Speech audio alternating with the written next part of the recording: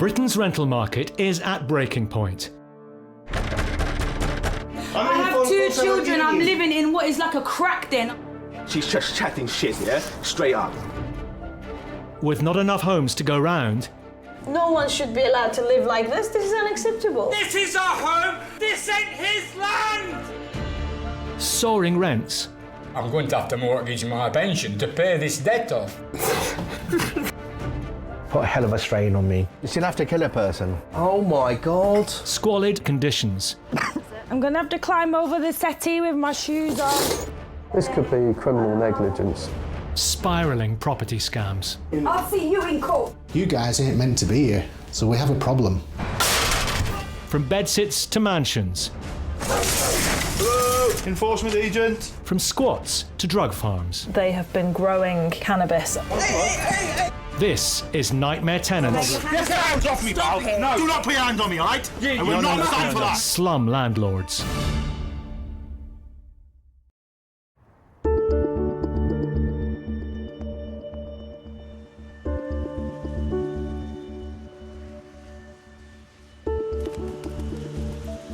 Squatting in residential homes was made a criminal offence in 2012.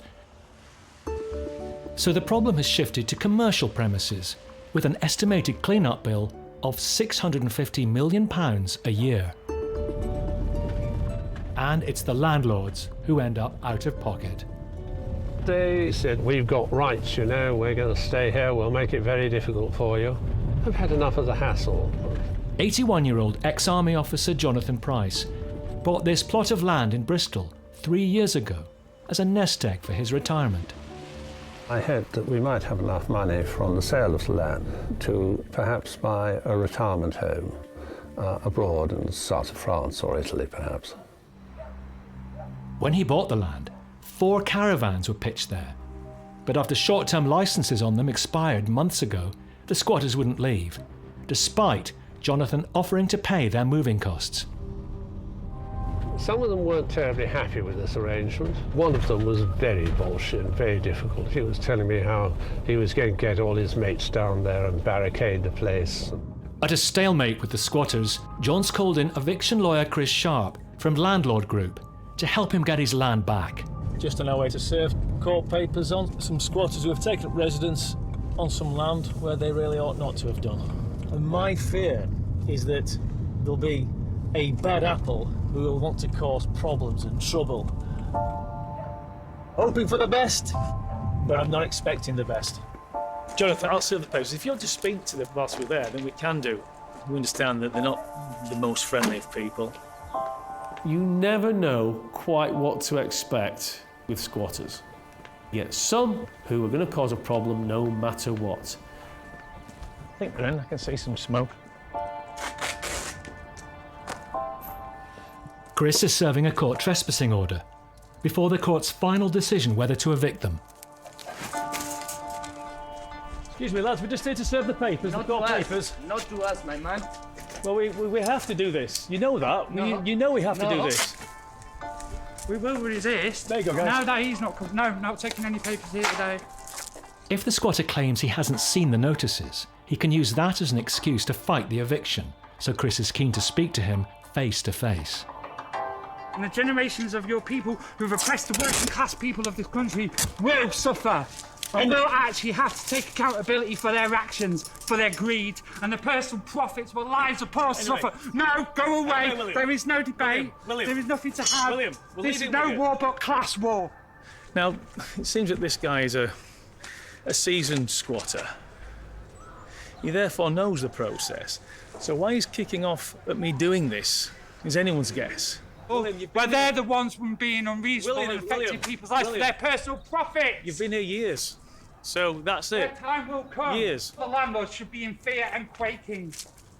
Let's leave them to it. Yeah. When the case goes to court next week, the squatter's fate will be determined.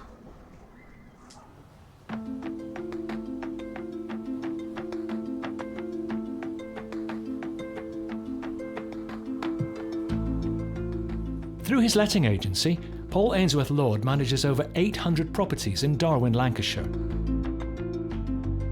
It's son. I just need to write down a few notes from what you were telling me. Right. With many of his tenants on low incomes, sometimes they struggle to pay the rent because they've run out of money. Sometimes they fail to pay the rent because they believe they can get away with it. He said, I'm not prepared to pay, mind your own business, and you're a complete, as far as I'm concerned, and he put the phone down. This morning, Paul and his wife Deborah, who co-owns the company, are dealing with a difficult case. I just felt like my world had come to an end, to be quite truthful. One of their tenants owes £1,100 in rent arrears, so they're meeting the tenant's 89-year-old father, Alan, who is guarantor for the rent, meaning if his son doesn't pay, he's liable. He rang me up, he said, I'm in a mess. He said, can you be a guarantor for me? I said, well, it's a big step to take. Are you sure it's going to... Yes, I won't let you down, Dad. I thought you'd had sort of a good relationship with your lad. Yeah, we've been going to football matches together. We've just been all right, and all of a sudden this. So how does it make you feel? Well, sick. I haven't eaten out today. I can't eat nothing. I haven't slept much all night. How do you think I feel? It turns out Alan's son had been in prison. You know, he said he spoke to his son about the arrears, and his son said that he weren't going to pay it, and then give him a lot of abuse. It's a complex situation. Paul knows if the arrears aren't paid, the landlord will have to take the tenant to court, with more costs for the guarantor. His dad. So I'm duty-bound to sort of ask you, you know, if you would be able to make a payment today. I found myself in a really awkward situation because I know I've got to get the rent off somebody. The lad's not going to pay the rent. The old guy is terrified by what's happening to him. From the bottom of my heart, I wish I wasn't having this conversation. I know. And I feel awful for you, for what he's doing to you Well, and what he's doing job. to you. The tight sod, I can't believe his lad's done that to him. And I'm thinking, God, can't take money off him. And I'm thinking, but I have to. Got to get it off somebody. I can guarantee you £100 a month, and that's all I can guarantee you. I'm going to have to mortgage my pension to pay this debt off. £100 a month might not seem a lot to some. It's a bloody fortune out of my pension. I've no capital, I've just got the pension coming in. When he's done this to me, I don't want him back. I don't want him back. I'm ready for breaking down now, to tell you the truth. I am. I'm sorry, but I can't hold it back so much longer. I just can't.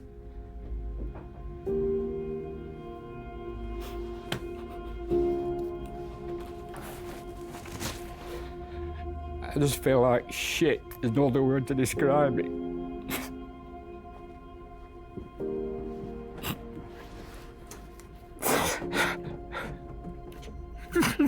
You know, I haven't cried since my wife died. For a 90-year-old guy to break down in tears and tell me the last time he cried was nearly 20 years ago when his wife died.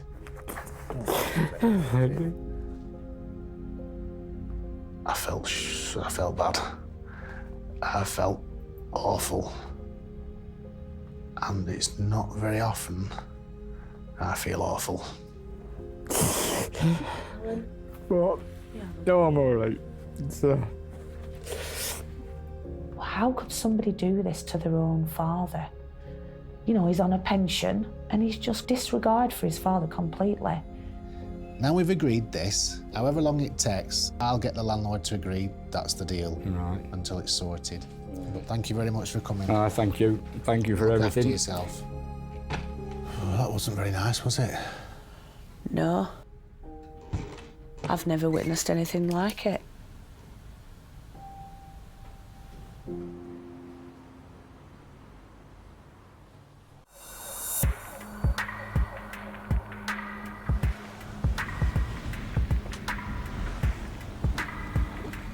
Two weeks have passed since Chris Sharp served legal papers on the squatter occupying pensioner Jonathan Price's land. It's 6 a.m, and now, armed with a High Court writ, the High Court enforcement officers are set to move in. The mouthy squatter, he's still there, he's dug in, which has necessitated poor Jonathan having to get the sheriffs involved. We're going to go down there, meet up with them and coordinate the eviction. He's chosen the hard way, so we've got to go down the hard way. You can never call these before they start. Certain squatters, it's difficult to get them out, and before you know it, you've not got an eviction, but you've got a protest. They knew they were there on a short term and they'd have to go anyway. I do sympathise with them. It's tough losing a hand. Chris is there early to meet Jonathan and brief the High Court enforcement officers. Craig, how you doing? Good, thank you. You ready, Jonathan? I do this for a living, and I still get apprehensive, and I still get nervous, and the adrenaline starts to flow. Game on.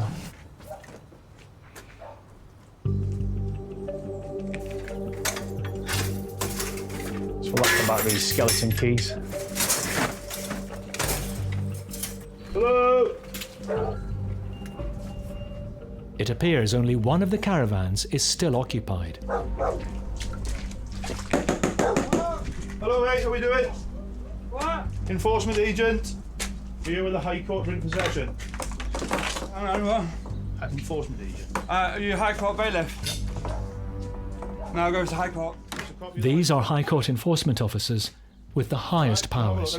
Can I show you one thing? That this is not his land. Okay. That's his land. This is not. You're not High Court. Go away, otherwise we will call the police. You call the police. I'm not going to interfere in that, sir. All right. All I'm going to tell you is you've got 1 hour to leave. No. Or we'll be removing you from the property. All right. No. They're inevitably going to have to go. They must learn this. So, what point were they trying to make? We've already got legal advice. And what was that? Yeah, we've got it off legal advice. We've also got paperwork to show that this bit is not his land. You are now trespassing. I'm not trespassing. The So orders go of the to court. court. The orders of the Well, court. get the police. The Get the orders police. of the court. Get the police. I don't need the police, sir. Go on. All right, I don't need the police. Yes, you fucking do. Why Fuck do I need off. the police? Why would I need the police? We've got the court order. You don't get a warrant without a court order. These guys have got to go. Undeterred by the court order, the squatter claims he has the right to be there. Trying a bit. Yeah. That bit is that shed there. With all due respect. This bit is not. Okay. If you evict us from here, this will be illegally, so you need to get an inspector. No, it's not if we are evicting you from here. You are leaving. No, we're not. Yes, you are. No, we're not. Then come and fight us then. I don't need to fight you, sir. No, you do. You leave it. Go and get the police. Don't need the police. Well, fight us. I don't need you to. Fight us, not moving. You be leaving. Not moving. You will. No, we're not. Yes, you will. Not about the police. You will be moving. No, you're not. Kind of had a feeling he was gonna kick off like this.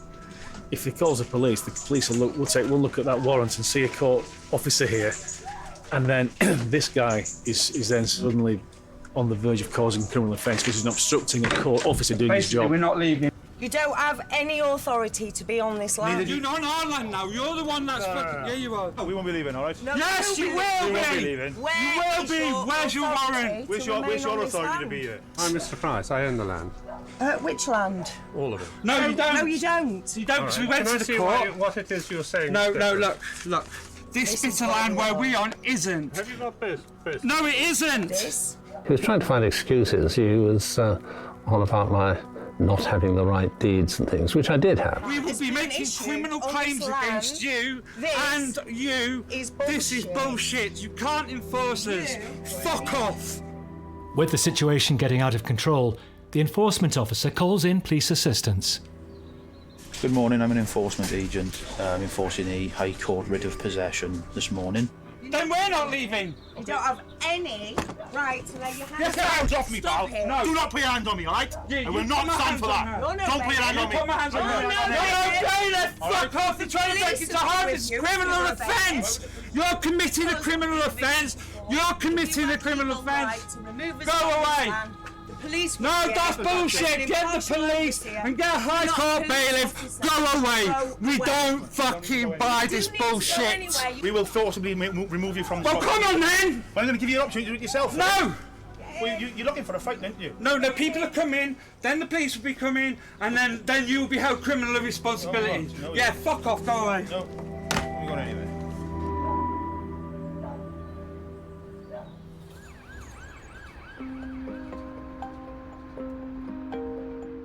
More than 2 million people in the UK are on universal credit. It's fueling Britain's housing crisis as thousands of tenants struggle to pay their rent on time, putting small landlords under huge pressure.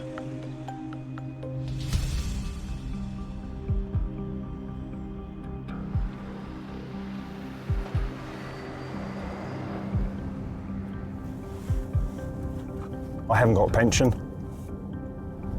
So for me, it's sort of like a bit of a pension pot stroke investment, really. Landlord Alan Summerskill is on his way to the buy-to-let flat he bought back in 2003. 2 years ago, he rented it out to a couple he found on Gumtree. But 4 months into the tenancy, they stopped paying the rent. I think the relationship's broken down. I think he's left. But I must confess I've been told a number of different things, so I'm not 100% sure. With £16,000 owed in rent arrears, Alan is hoping he'll be able to get his flat back by bringing in eviction expert Paul Champlina of Landlord Action. Hi, Paul. So I've got all the notices ready. Excellent. I guarantee we get your tenants out. Yeah. That's a given. But what I can't guarantee is collecting the money. Let's go and get this done. That'd be excellent. All right, Cheers. let's go. So there's one on the right, this one. Yeah.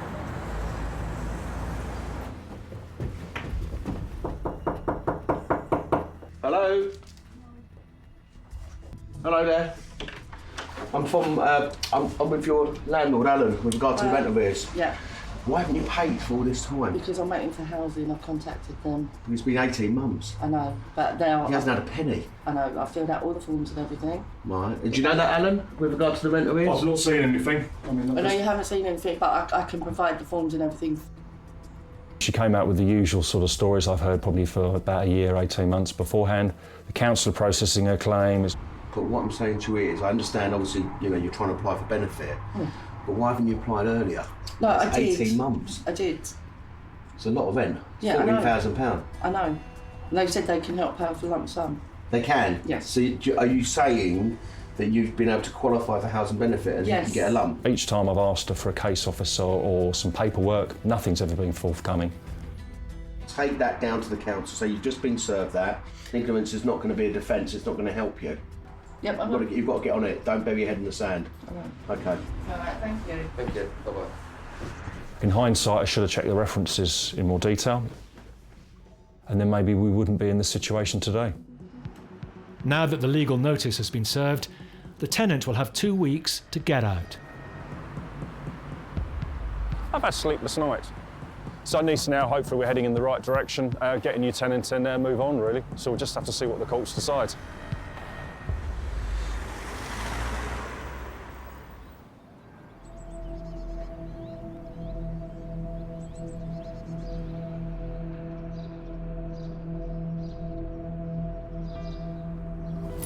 This? Yeah, you can get Oh, wow. You can get it in front.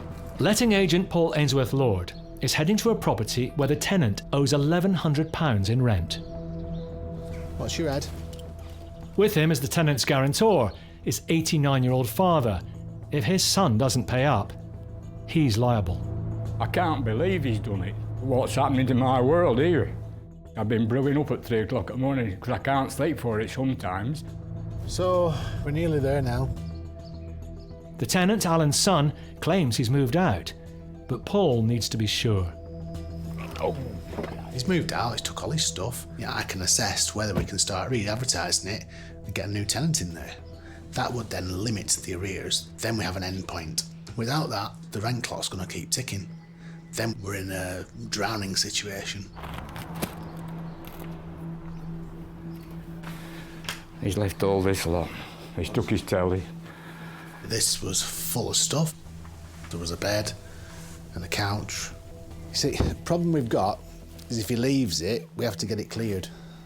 Trouble that causes is we have a bill, don't we? You know what I mean? So I need him to, if he's gone, we need him to come and get his stuff. Yeah. Get the rest of it. I'm going to pay it if I have to do, but it's just buggering my life up, putting it bluntly. There's still 3 months left on the tenancy agreement. If Paul is unable to get a new tenant in, the rent arrears could double. I didn't want it to get any worse for him any more than it was. I didn't want the numbers to get any bigger for him because in his world they were big already. But I need this resolving. We'll need to end the tenancy. How can he turn against me like this? And I just can't believe what he's done. I can't, honestly. With no sign of his son and the missing rent, it's down to Alan to pay up. So shall I take... Have you got a card I can take payment from? Let me give him a Oh. Oh, right. The agreement was he'd pay roughly £100 a month, and I could feel the weight in that money as he parted with it, because it were a lot of money to him. He's 90-year-old, isn't he? On a meagre pension. 20, 40, 50, 60, 170. I feel like I'm giving blood. I don't drink, I don't smoke, I exist. I paid Paul the £170 in cash. That was all the cash I had at the time. It's just something I've got to live with. I'm legally obliged to pay it, so I'll have to pay it. Well, thanks for being so... What else can I do? Cooperative. I know it's not... I've just been a bloody idiot, haven't I? But there you go. Well, you've done what a lot of dads do for the lads. I just don't want to see him again. I'm sure you don't Ever. mean that. I don't. No, I don't. No. They've been having me breaking my bloody heart over him. I can't permit what his son is doing to this guy. I can't.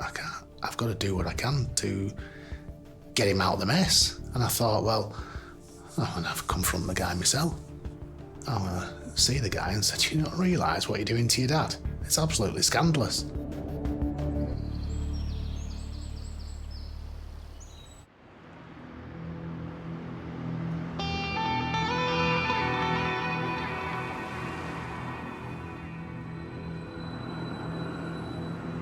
It's been 3 weeks since landlord Alan Summerskill served an eviction notice on a tenant who hasn't paid any rent for 18 months. We've now received a possession order for the property, which is good. The judge instructed that she should have left about 5 or 6 days ago. I have suspicion she still might be there, so we're going to go around there now to see if she's vacated or not. If the tenant hasn't moved out, the next step will be to get the county court bailiffs in to evict her. It is a sad thing to do, to get bailiffs involved to get someone out of a property, but ultimately, where do you draw the line? Alan is owed £16,000 in unpaid rent. I'll probably never see the money ever again. To me, it's a pension, so I've had to pay the mortgage on that property while she's been living there effectively rent-free.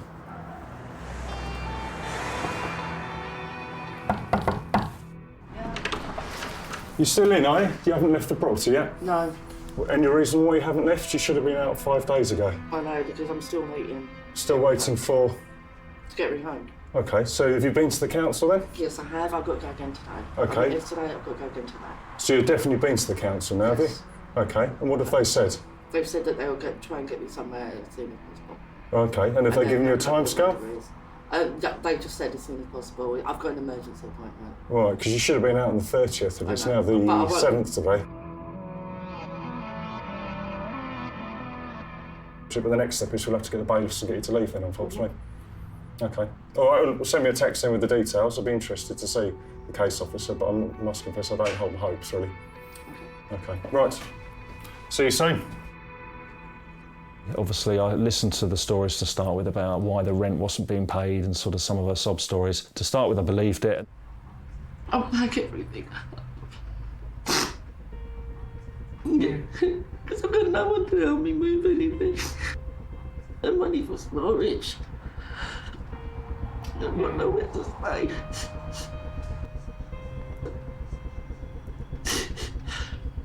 After a while, you just question your own judgment, and then you do feel like someone's pulling the wool over your eyes, really.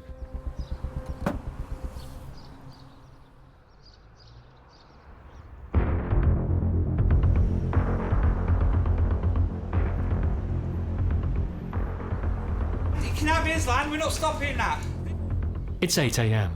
Chris Sharp and the High Court enforcement officers are evicting a squatter from Jonathan Price's land. This bit is ours. And the standoff appears no closer to being resolved. This ain't his land! We are the occupiers, this is our home! You're all fucking acting illegal, that's the problem, fuck off! Thinks posh boy thinking gets away with everything because he's rich. It's the fight against class war, against the bosses and everything, fighting for workers' rights. No nonsense in this day and age.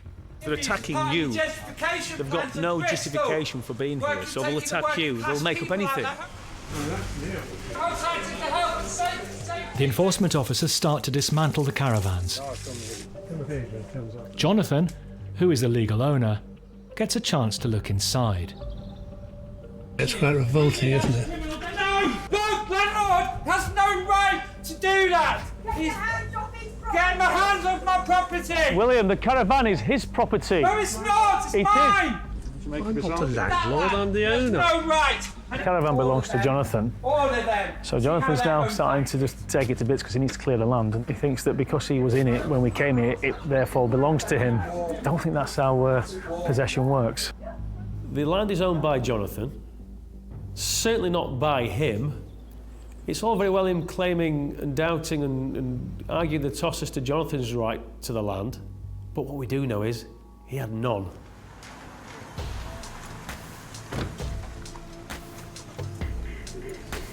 Needs to be an inspector that knows the law. We'll stay here, prevent the breach of the peace, make sure no assaults and public order offences happen. The police don't want to risk pulling the squatter down, so the enforcement officers call for a mechanical lift. You've made that abundantly clear already where your stance is, and we respect that. Yeah. But I just think at the end of the day, the writ will be executed. We will make sure that that gets done peacefully, and we would like you to come down of your own accord, even with your views made, and the fact that you can appeal this in a later date. Work like that. But you can't do it here.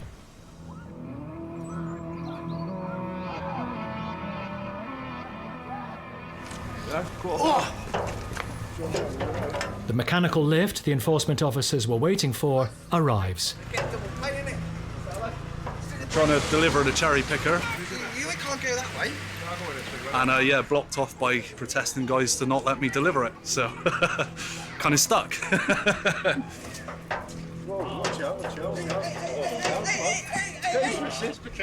on me now. My foot. I'm epileptic. Fuck off, mate. You can't push it on me. Fuck you. I know my fucking right. Bollocks. You're just being silly, like. I'm not being silly. You are. I ain't moving. Stop. With tensions rising, the protest Chris feared has started to kick off.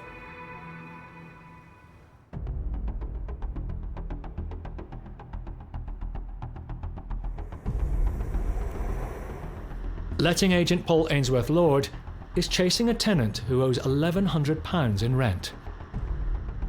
It looks like he's moved out of the flat, but with his dad liable for the rent money, Paul is determined to track him down. I just want to go and have a word with him where I believe he's staying, so hopefully I can resolve his arrears issues and get the keys back. We had it on good authority that he was living at his first wife's mother's, which was his ex-mother-in-law's house. Paul hasn't actually met the tenant, but he comes with a reputation. This guy's 6'6" something, 19 stone, who's been sent to prison for violence, and I'm thinking, you must be off your head, man. Chasing around after some lunatic. Get a piece of my mind, see if I can reason with him, and see if I can get some money off him.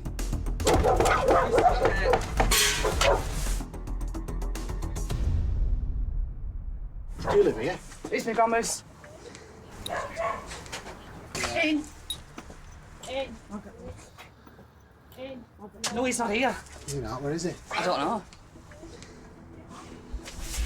Are you, what's your connection to him? I'm his daughter.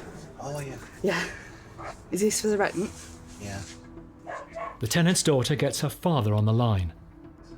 Hello, we've got Ainsworth-Lord Estates up at Grand's house to speak to you about the rent. Hello. It's about your rent arrears that your dad's having to pay now. But you've moved out. The light was fixed ages ago. Anyway, this is not about that. This is about your rent arrears. Listen here, you've got a tenancy till July.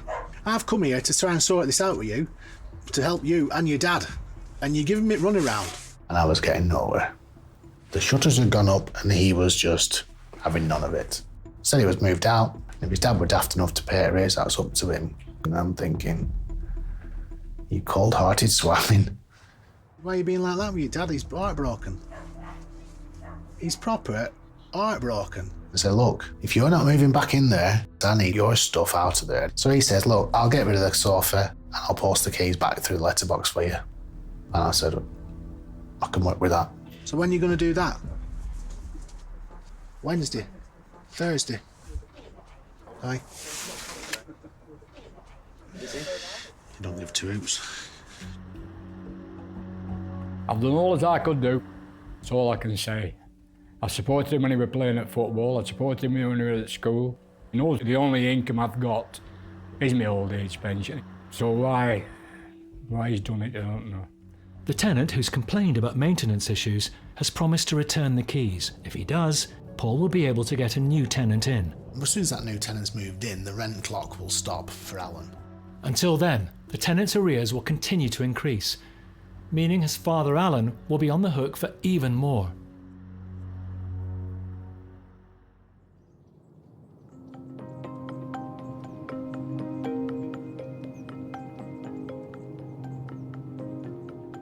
Three weeks later, Paul is meeting Alan.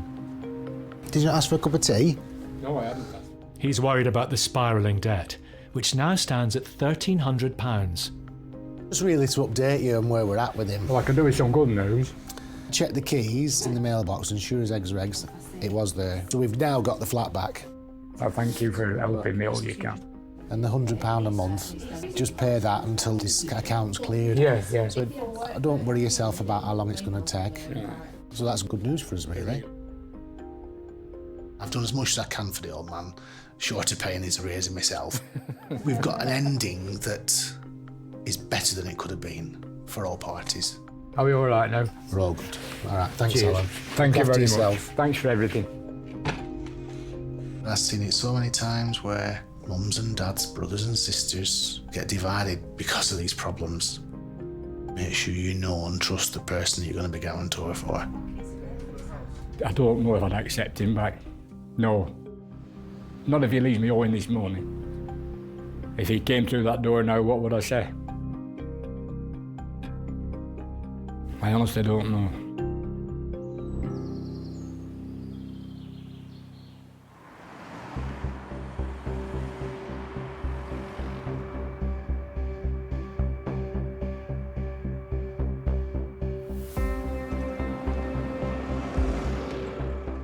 Six weeks have passed since Alan Summerskill went to court to evict his tenant, who now owes almost £17,000 in rent.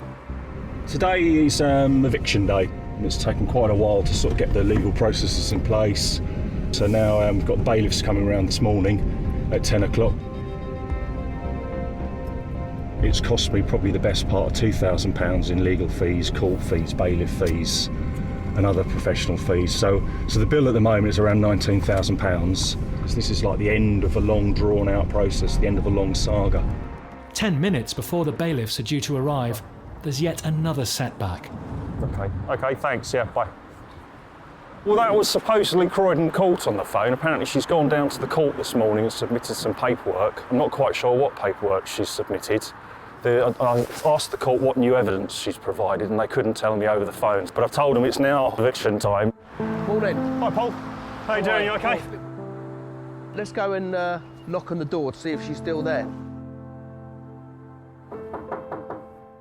The tenant isn't in, and there's no sign of the bailiffs. The bailiff's there at the court with her. It's not a good sign, if that is true from what she said. Obviously teeing him up that she's going to suspend it. But on what grounds? She's got nowhere else to go, she needs more time. And 2 years is not enough? 2 years is not enough. And I'm thinking, is this going to happen? Is the eviction going to take place? Am I going to get my flat back? Right, so are you saying to me the eviction's not going to go ahead now? He said that if you wanted to, you could go to court now. Right, yeah. Before when she goes in, yeah. And obviously you could go in there and obviously apply for it to be dismissed naturally. Well, let's get going then.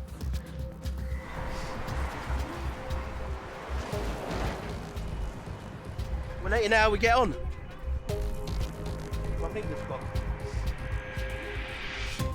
I think she was just hoping to go to court and then the judge would give her another week or another month. So we went before the judge And the judge said, case dismissed, why are you here? It's good news for Alan and a green light for the eviction, but the tenant is having none of it. Are you all right ringing the bailiff? Yeah, I'll call the bailiff. No, please don't. Alan. Okay, all right. This is not getting us We anywhere. want to wait for you to obviously... Oh, can you make it tomorrow morning? No. We'll wait for you to... I'm coming round. I'll be coming round when the bailiff's coming round. No, we'll... I don't know when that is. I think they're just a little bit delusional about what's going on, really. So we'll head back. Okay then, bye-bye. Anyone go near my house until I'm there. No, we're going to go back there. The bailiff's going to be there within the hour. Yeah. Okay? So you just need to pack some bags. To be honest, you can't get emotionally involved with it. You just got to distance yourself, let it wash over you, really. Otherwise, it will churn you up inside.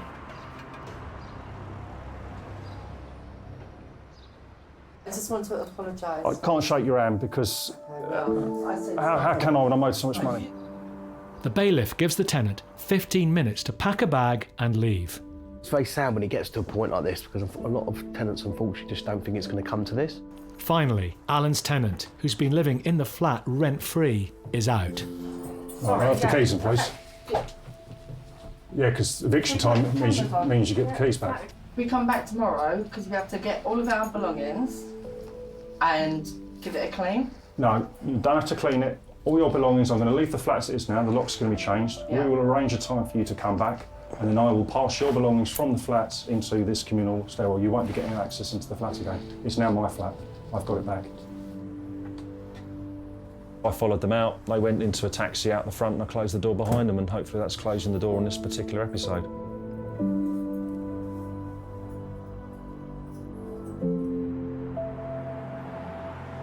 All that's left is to check the state of the flat she's just vacated. I'd refurbished it just before she went in there, so... Well, hold your breath. Yeah, it may not be in a great condition. Who yeah, knows? it's interesting to see how this is going to look, to be honest.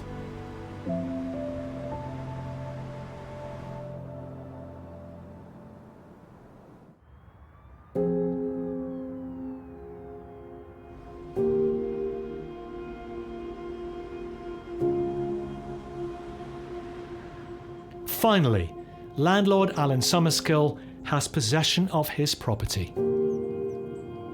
So, Alan, when was the last time you went in the flat? Last time I went in there was about 18 months ago. Right. So, and I'd refurbished it just before she went in Really? there. So new carpets, new everything. So, well, hold your breath. 'Cause Yeah, it may not be in a great condition. Who knows? yeah, it's interesting to see how this is going to look, to be honest. Okay. Cool, blimey. Jesus Christ. Let's have a look. Oh my God! Look at the state of that. Look at that cigarette ash. Look at that. Who lives like that? It's shocking, isn't it? It's absolutely disgusting. You can barely see a square foot of carpet underneath you. There's just so much debris and horrible stuff there. You know what? From doing this for 27, 28 years, I still get surprised, I still get shocked now that a tenant and human being is actually living in a condition like that. All this stuff's here. Where do they bath? Where do they shower? Where do they go in the toilet? Like, Where do they go to the toilet? And I just, you know...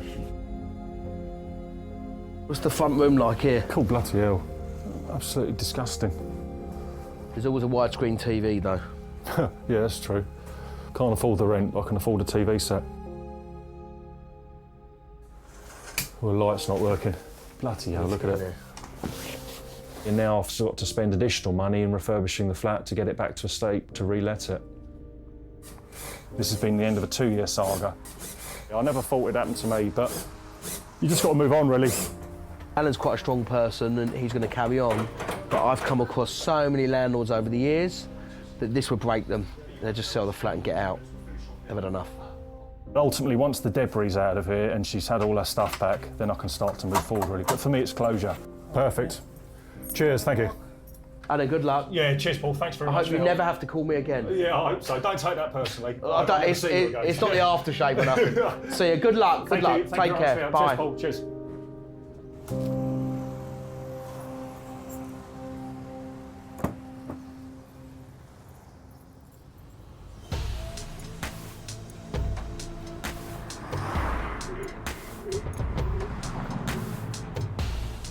After a 7-hour standoff, lawyer Chris Sharp, the police and the enforcement officers appear no closer to evicting the squatter from John Price's land. Threatening to kick me out of the home is fucking fucking not on! There's a court order Fuck here! off! Calm down, William. As the protest grows, more police arrive. Mr. Turned into a circus. He's got his little crowd outside all clapping away and encouraging him along. The fact is, it's not his land. The police have now agreed that they'll try and let us get the scissor lift in. If we get the scissor lift in, then the sheriffs have got an idea of a tactic. Hopefully get him down. But if he doesn't come down, this goes into another day, because the police will only facilitate this for so long. Even with the lift, the enforcement officers are worried about grabbing the squatter because of the danger of him falling. It'll be dark soon, and then you definitely can't start doing stuff like that. With nightfall approaching, John leaves, with the squatter still holding out. They were using him as a target, just to aim their vitriol at him. So we decided to make the judgment call that Jonathan should go home. Maybe that would also dilute the situation. It's now 25 to 8. I think he's breaking. He's desperate for a cigarette, and we let his friend on to talk sense into him. She threw a little bag of tobacco Even to with him, the but she lift. forgot to throw the Rizzlers. Finally, after 12 hours, it's over. Yeah, we have this ladder now, right? Yeah. We've got hold of it. When you come in, we will just support your back. Put that one by it. Just, yeah, we got it, I got it, I promise you. That's it, your left foot's on now, okay? We just slowly walk down now. Now I'm just going to support your back, okay? It gets a bit steeper and wetter by you. It was a game of attrition, wasn't it? Surprisingly, he blinked first. We weren't going anywhere. I mean, it's dark. He's gone. And do you know what? It was peaceful. The only loser here is Jonathan, the owner, because this is going to cost him a fortune. You've seen just how much manpower there is here.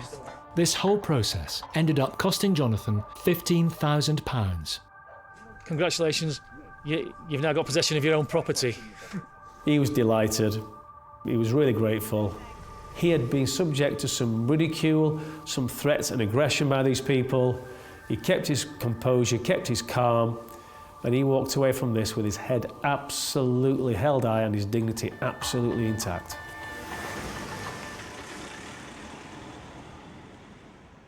This is a fire hazard. Next time. I've caught you before with the bridge in that meter. In Blackpool, desperate tenants stealing electricity.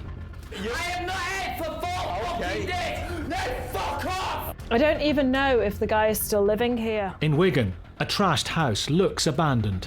Please don't tell me you found a body.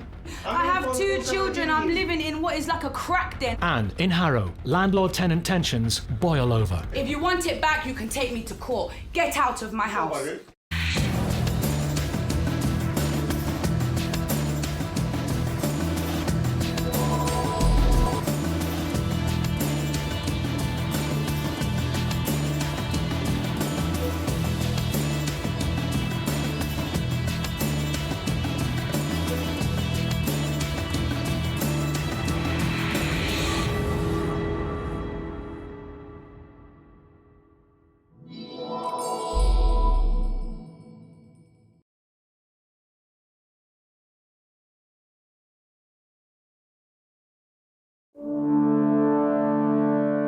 Britain's rental market is at breaking point.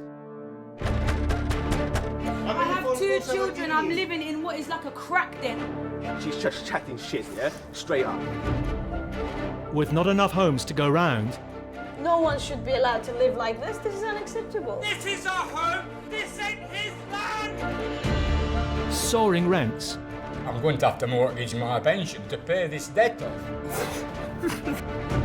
Put a hell of a strain on me. You still have to kill a person. Oh my God. squalid conditions, I'm gonna have to climb over the settee with my shoes off. This could be criminal negligence. spiralling property scams. I'll see you in court. You guys ain't meant to be here, so we have a problem. From bedsits to mansions, Hello, enforcement agent. from squats to drug farms. They have been growing cannabis. This is Nightmare Tenants. Get your hands off me, pal. No. Do not put your hands on me, right? We're not stand for that. Slum landlords.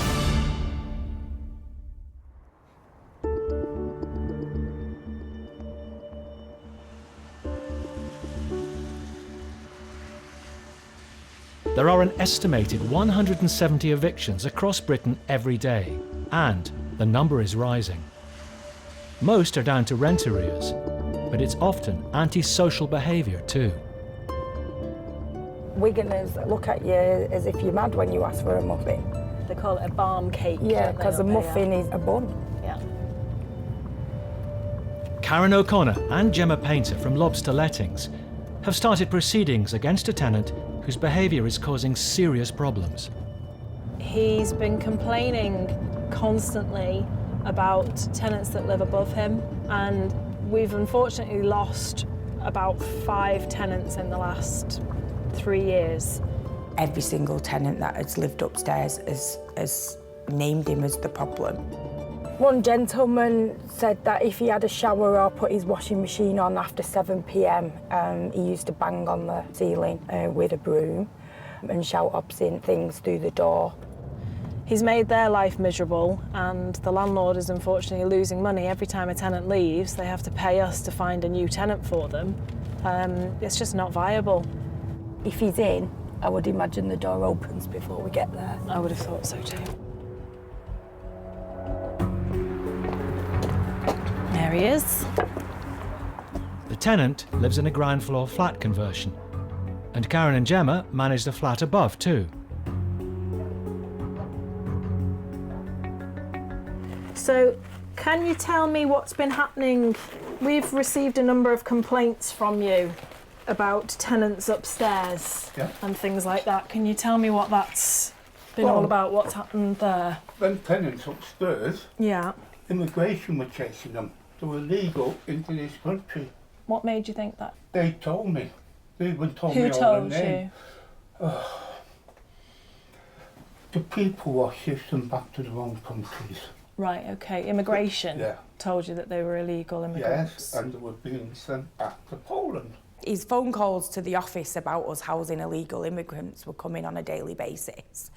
I told him on numerous occasions that as a company we have to check people's right to rent. So I was 100% confident that we were not housing an illegal immigrant and they had as much right to be in the country in that property as he did. They weren't illegal immigrants. They're originally born in Romania. What, them upstairs? Yeah.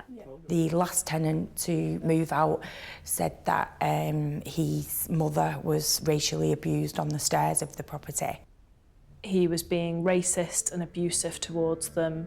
He was giving them a hard time when they were just quietly living in the apartment. They have UK driving licences. Doesn't matter.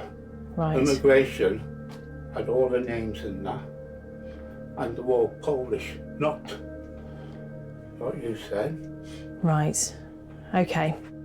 The tenant had a criminal record, but ourselves and the landlord gave him a new start in a new property. Given he'd had a checkered past himself, you would think that he would be more tolerant and more accepting of people, but that wasn't the case. This is the 5th tenant that's moved out now because you've been abusive to them. Been abusive? I spend more time at hospital than nurse practitioners that we've been this morning. And the gentleman before that who vacated due to you being abusive over the time that he had a shower and the time he did his washing machine. You are joking me. Unfortunately, because of the complaints that we keep receiving from yourself, the tenants keep moving out because they feel as though they're being abused by yourself. If you believe all them, I will bring immigration in, and immigration will tell you straight. So the last tenant that's left them didn't 6. have any immigration issues because we've rehoused him in a different property without issue. Immigration came and said they were Polish upstairs. Immigration won't make a mistake. All right. Well, unfortunately, because of the number of complaints that we've received and the number of tenants that have moved out as a result of the abuse that they said that they're receiving, yeah. I've had a stroke, I can't hardly talk. We know you can talk because you've rang us a number of times to complain about the tenants upstairs being immigrants. So the landlord has asked us to serve notice on you to gain possession of this property. It's never a nice thing to have to do. You're ultimately saying, we are evicting you. We want you to leave this property. Not as bad as I thought, actually. He's took it pretty well, to be honest. I don't think he's actually surprised. All right. Yes. Okay, thanks very much. At least I can get somewhere where there's no bloody noise. I tell you. He said he understood that the notice was served and what it meant. We've recommended that he takes legal advice anyway, like we always would. And hopefully he'll leave voluntarily. He's not in the best of health, so I can't see why he wouldn't be rehomed. No. It'd be better for him. Yeah. And better for the landlord and all round, really. As Karen and Gemma leave, a neighbour and friend of the tenant comes forward in his defence. He's never in the flat all day over. Well, he's there enough to make complaints to us. Oh, no. Why should he move? He's not done no harm. He has. The landlord's lost 5 different tenants over the space of 3 years. It's cost him a fortune because the tenants keep leaving and they're all citing that he's the problem. It's bloody ridiculous. I spent 15 We can only do what the landlord wants us to do, and the landlord has asked us to serve notice because he can't afford to keep losing tenants upstairs.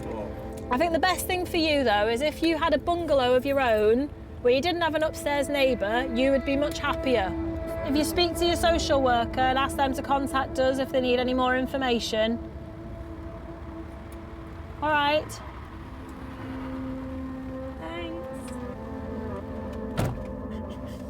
Understandably, she's concerned about a neighbour, but she won't understand the circumstances and she won't know the history. He's not pleasant when he describes the people upstairs. The words that he chooses to use are not pleasant. The notice has been served. Whether he actually moves out or not is a different story.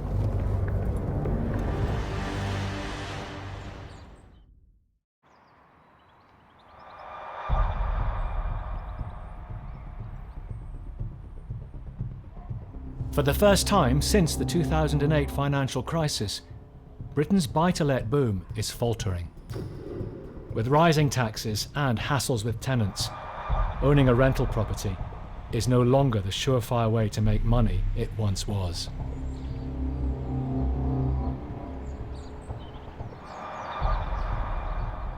One of East Lancashire's largest agents, Ainsworth Lord Estates, lets out and manages properties on behalf of hundreds of local landlords. I got a new landlord. Oh, yeah. Fully managed. Co-owner Deborah Ainsworth Lord has been approached by a landlord of a 3-bedroom house who is at her wit's end with her tenant, a tenant that Paul has had run-ins with before. Now, this girl had rented from us before, and she were a bag of trouble then. And I'm going back 6-7 years. But you always remember the names of the bad ones. She paid her rent. Yeah, She's a but gobby cow, I know she's that. 3 months paid. Now she's starting saying the house is a wreck. She's refused to let the gas engineer in, telling him to... Oh, shine a light. The tenant is complaining repairs are needed at the property, but the landlord says she won't let contractors in to do the work. So we agreed to take it on, but we wanted to do an inspection to see what exactly we were taking on. So Paul has made an appointment with the tenant to check out the property's condition. His assessor Connor and landlord Louise meet him at the address.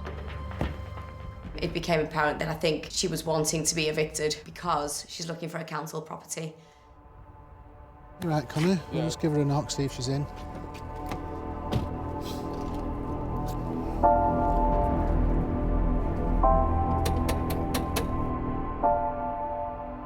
Is your mum in?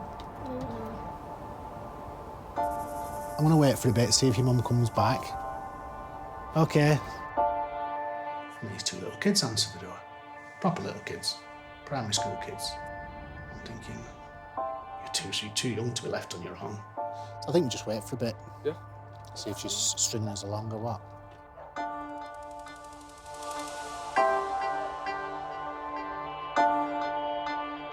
The irony of it all is we're here to do an inspection and we end up being babysitters. This is what she does all the time. She brings people around and then just doesn't let them in. Messes everybody And she about. knows the system. She probably knows you can't get in with kids there. An hour passes, and there is no sign of the tenant. Concerned the young children have been left home alone, Paul calls the police. I've got a family of my own, and I certainly wouldn't be leaving my small and young children on their own, especially for that length of time and until that time of night. We'll hang fire till someone gets here then. Yeah, not a problem. I'll get it out to you. Thanks very much. Well, I think we did the right thing. Well, she agreed with you. Whilst we're waiting for the police, you know, this guy comes walking along the street, rather inebriated. Can you come back tomorrow, please? Well, that's why we're wrong about to get here tonight. Oh, mate, you must be able to come back when you can. She's in a bad way at the minute. The man claims to be the tenant's partner. He's coming close to me, sort of whispering to me, and I'm thinking, he sounds like you've just tipped out of a brewery. She said she was picking kids up, and then she'd be home at 7:15. Yeah, it's not going to happen today, though. Another 40 minutes go by, and the police arrive. You got a kid? Yeah. Hello? Hello? Hello, it's the police. Hello? Mate, any kids up there? No. There's no kids down here. They were definitely here. Because because he said... You've not come out, have they? Connor's been watching the house. Connor, did they come out? I've not seen anyone come out. I've been tight there for the last hour and 45. The back door's locked from the inside. I mean, to this day, we don't know how them kids ended up out the house. We can only assume somebody took them out the back door. Don't know who. Remains a mystery to this day. Funny how they do, isn't it? 10 minutes after the police arrive, and another man turns up. What are they doing in there? Do you live here, do you, mate? No. No. Do you know who does? A girl. How do you know her? I'm just wondering if you can help me out, that's all. With what? Where the kids are. She's got them with her. Where? Up the road somewhere at my house. The man claims the children are with the tenant at another address. Were you in before with the kids? Was I in here before? Yeah. Yeah, I've been here with the kids, yeah. Just step inside, I'll have a quick chat with you. Hey, up. Come on. Yeah. Right, fantastic. You got a warrant? Don't need a warrant. Bit of shenanigans going on in there now.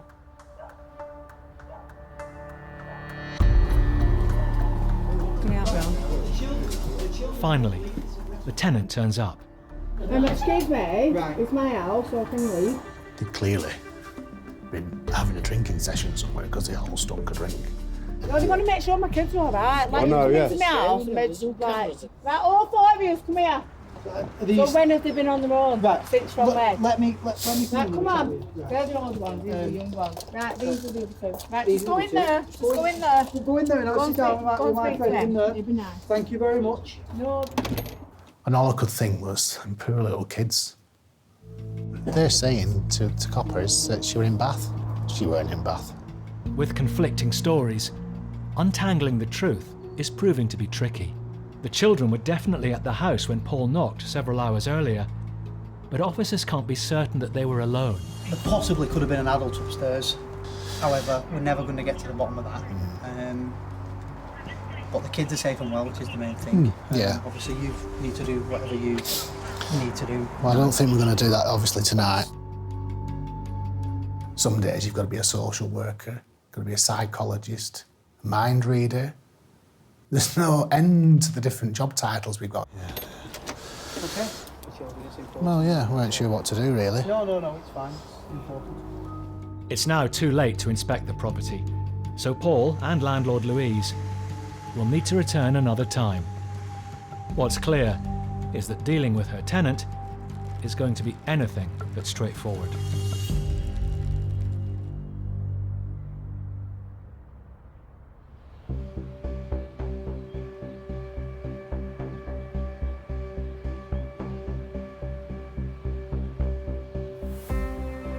Two months since letting agents Karen and Gemma served notice on an abusive tenant, they're visiting to see if he has moved out.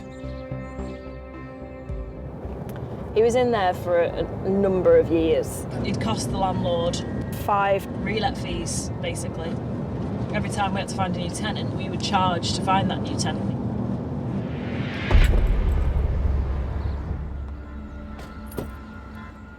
The tenant's flat was newly refurbished when he moved in just under 5 years ago. Oh my goodness. Yeah, it's a mess. It stinks. Of cat wee. Cat wee, yeah. Litter tray, but not necessarily in a tray. Because he'd had a cat, you could smell. It was like a cat litter smell, which wasn't very pleasant. And it wasn't clean. The tenant left slightly earlier than he should have left without paying his last month's rent, which is not uncommon because they tend to use the money to fund their new properties. People don't realise that the costs now to tip and get rid of rubbish, with councils being like they are, it costs a fortune. So they just leave everything that they don't want for someone else to shift.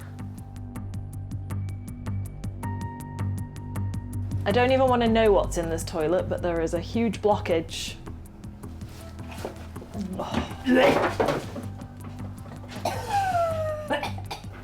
That's quite vile. I'm partial to a good toilet. I like a nice, clean, sparkling one with a nice blue block in it, but that wasn't to be. Why do people leave places in such a state? They have no self-respect. It makes me laugh, you know, you always find in these dumps that they've got loads of cleaning products and they never use them, ever.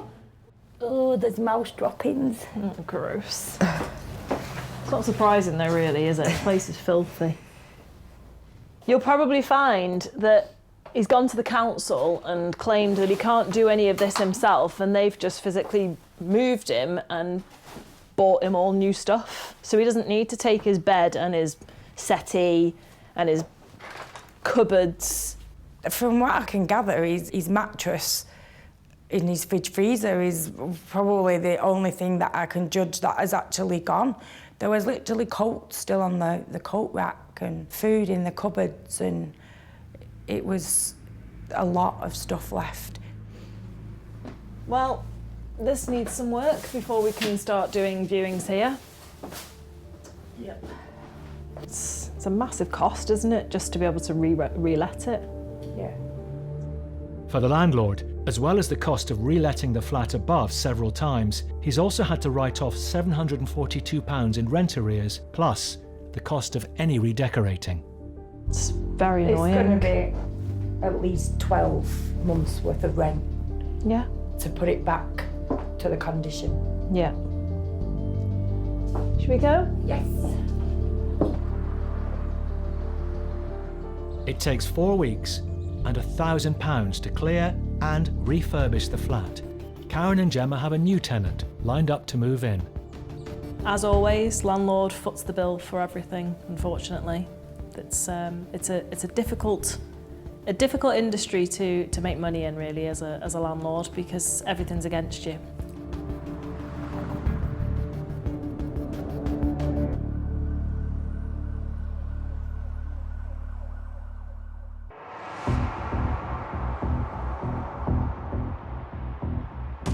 For many small landlords, their rental income is a lifeline.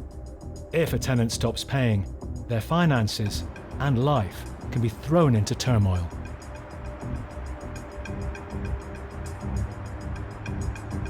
Landlord Action's Paul Champlina is helping Linda Lampert and her husband Barry, an old friend. They're in the process of evicting their tenant, who is £2,500 in arrears. Oh, hi. What's going on with the weather? You all right? Is Barry in? Yes, come in. Yeah, thank you. God, I can't believe how bad the weather is. There's Barry! Hello. How are you? Well, thank you. I haven't seen you for ages. How are you? You're looking really well. You okay? Yeah, You're still drinking out your West Ham cup? I thought you were going to be a Spurs fan by now. No, that's never going to happen, is it? 3.5 years ago, my husband had a massive stroke, which has left him disabled and with brain damage. Because of his disability, he cannot work. And when a tenant does not pay their rent, it has a massive impact on us, because I rely on the rental income to pay for his care. Barry, do you remember the times we used to play football? Yeah. We used to have a laugh, didn't we? Yes. Do you know how many times he used to kick me? He used to jump on my back. Yes. He used to go, Lambert's ball! Yes. Linda's had to deal with so much stress because of the Barry situation, and this has just added to it.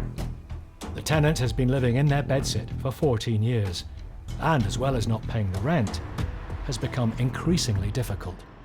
Now, after 10 months of legal wrangling and 5 court appearances, he's due to be evicted by enforcement officers.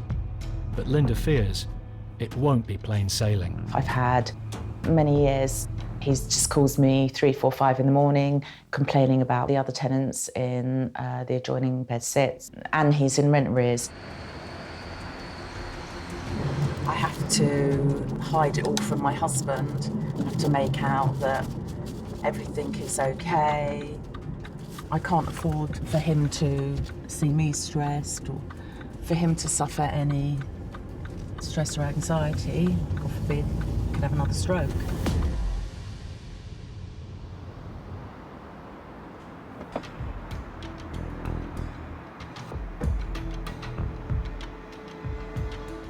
How are you? How are you feeling? You Bit anxious. Are you nervous? Yeah. It's been a long time, isn't it? Long time coming.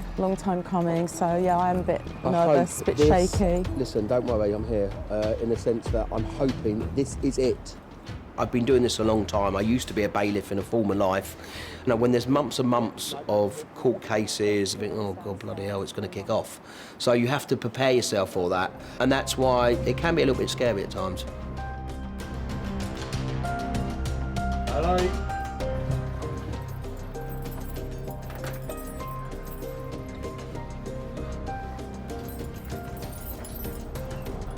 Hello. There's no one in there, is there? No, there's no one in here. Wow. Oh my God. Cool.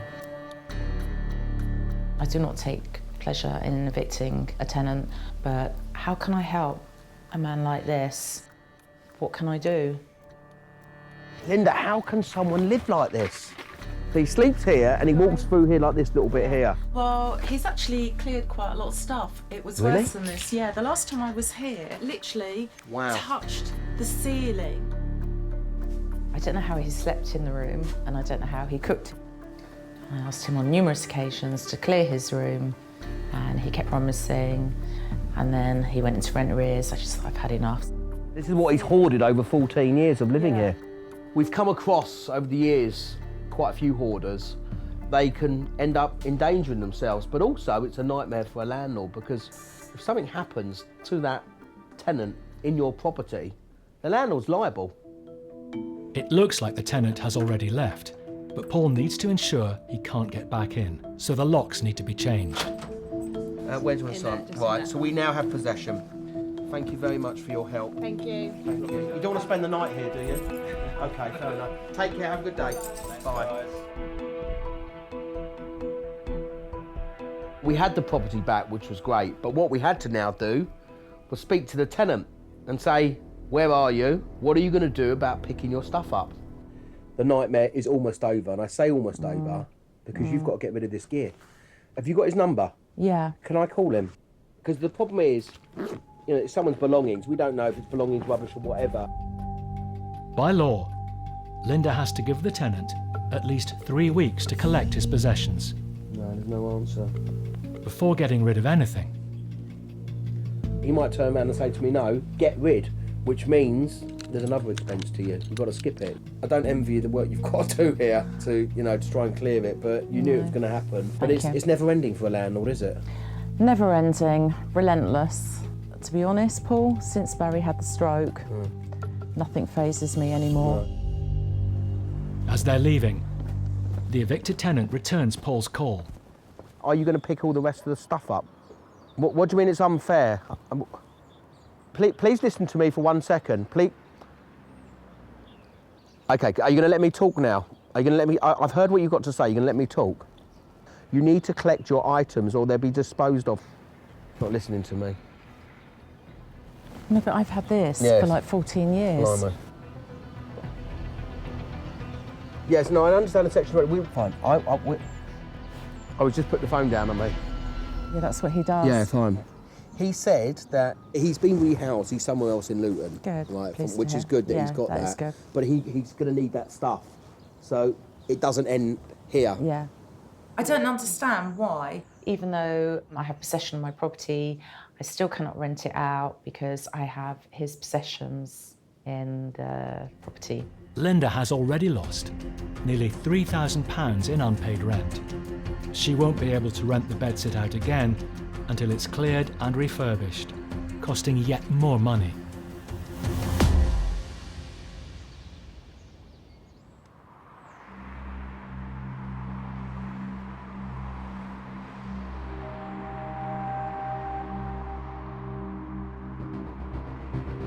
It's been 6 weeks since Paul took over the management of this 3-bedroom house from landlord Louise Price. Her tenant, a mother of 2 small children, has been withholding rent, claiming the essential repairs haven't been carried out. Last time Paul and Louise tried to inspect the property, the tenant was out and appeared to have left her kids home alone.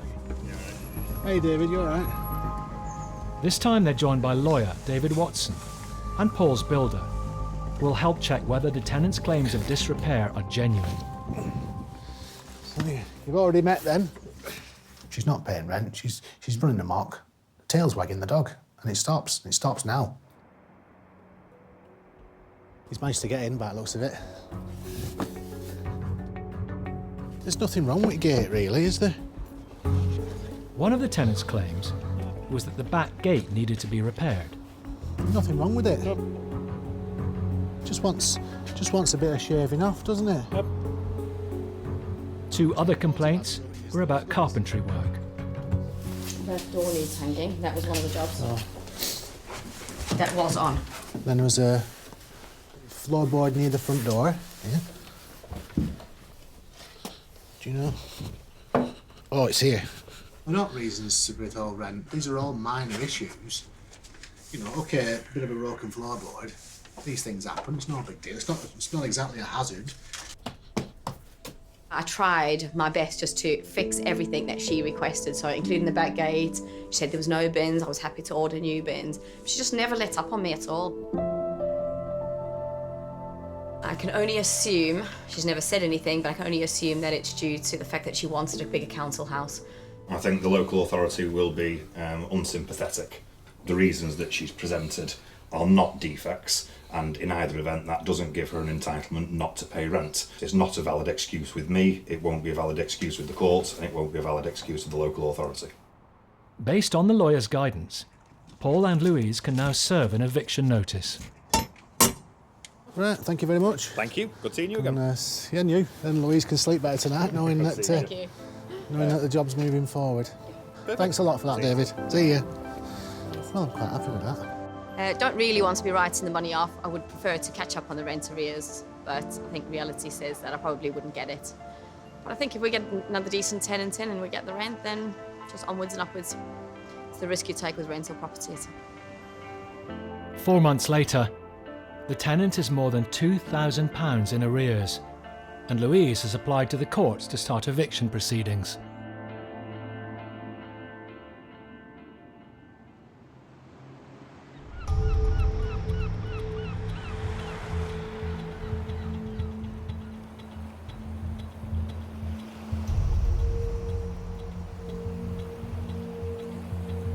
Blackpool has some of the worst rates of deprivation and substance abuse in the UK. Letting agent John Bartram manages 450 properties in the area. Many of his tenants are living close to the edge. In a sense, then, we're a middleman because we've got to try and find the decent people out there who we think will pay their rent, who we think will be a decent tenant. Not always easy, especially when you're looking after flats in a rundown area. One of John's tenants is causing problems for her neighbours. We inherited this tenant, and I think she'd had a drugs problem, theft, and police always there, and door kicked in on a couple of times. I think possibly she was mixing with the wrong crowds. And it's a typical Blackpool issue where people get involved in drugs and they don't realise what it's causing to the general environment around them. 2 months ago, John served the tenant with an eviction notice. And then 5 days ago, he applied to the courts for a possession order. Today, he's going back to inspect the property. Oh, the door's open. Hello? First impressions, they have gone.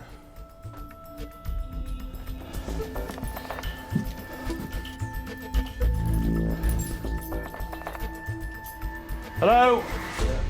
John from JJ Properties? Who are you, please? You've got no rights to be here.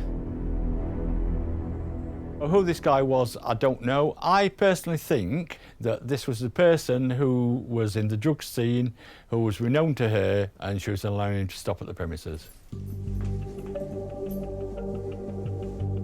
Down the road, she'll be back in about 15, 20 minutes. She'll be back in about 15, 20 minutes. Let me just have a look. All the broken window here. I can see, yeah, broken window here as well. All rubbish been chucked out of the window onto the roof. This is disgusting. Contact us, please, regarding criminal damage to the windows here. Hey, mate, I will say something. I don't know what's going on with the landlord, but at the end of the day, I know for a fact for a year or two, she ain't had no hot water or nothing. Look at the state of the place. The wiring, everything in the house is just shit on. The state of the place is like this because last time contractors came into the building, there was people injecting in front of them. Yeah, but you can't, that's people that are just walking into the house. You can't blame for that. The maintenance team had been, there was somebody shooting up in the flat while they was on site. And again, they refused to go back while people living in there and them having to work in that environment. We've now applied to the courts, of course, for a possession order. We're just waiting for the date back. I've come in here, looking at it, thinking the property was empty, and someone like, sorry, what was your name? Asleep on the settee. John. Your name's John, is it? Yeah. And so's mine. My other name's Bartram. What's yours? Just John. Just John, is it? Okay, John. What's your address that you live at, John? It's just round the corner. It's just round the corner. So why are you sleeping here at the moment? I just dozed off. You just dozed off. Okay, well, thank you for... Okay, thank you.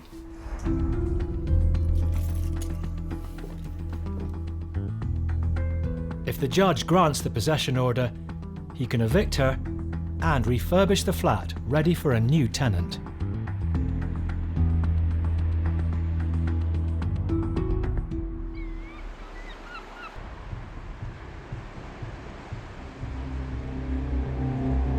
It's been 2 months since letting agent John Bartram served notice on a tenant with a drugs problem who's trashed her flat. By now, she should have left. That was yesterday, so we're just going down to the property to see if anybody's still there or not.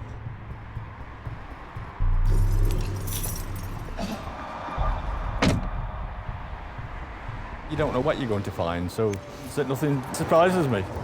Front door open, of course.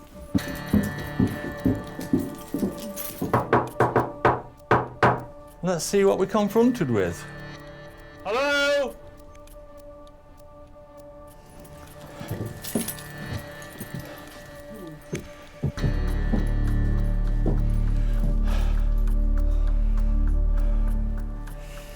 Well, I don't want to go too far in here. As we can see, needles all over the floor, all damaging plasterwork. On behalf of a landlord, I feel absolutely awful.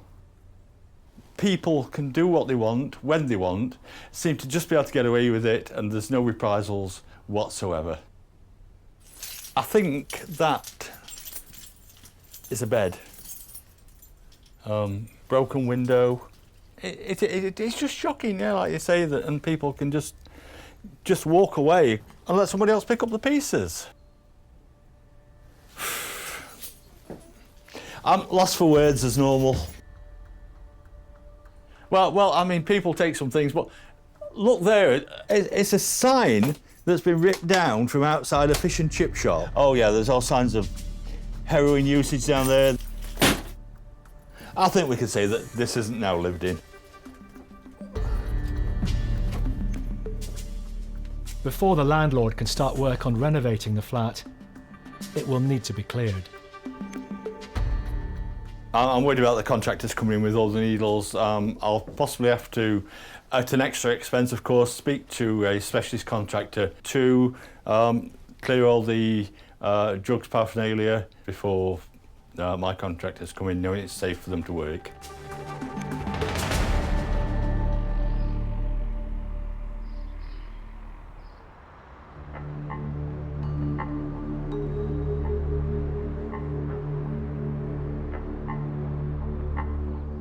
Barry and Linda have evicted their hoarder tenant. Although he's gone, they still need to clear out all his things. And that involves 2 trucks and 3 removal men. So today's the day, finally, that we get to clear the room.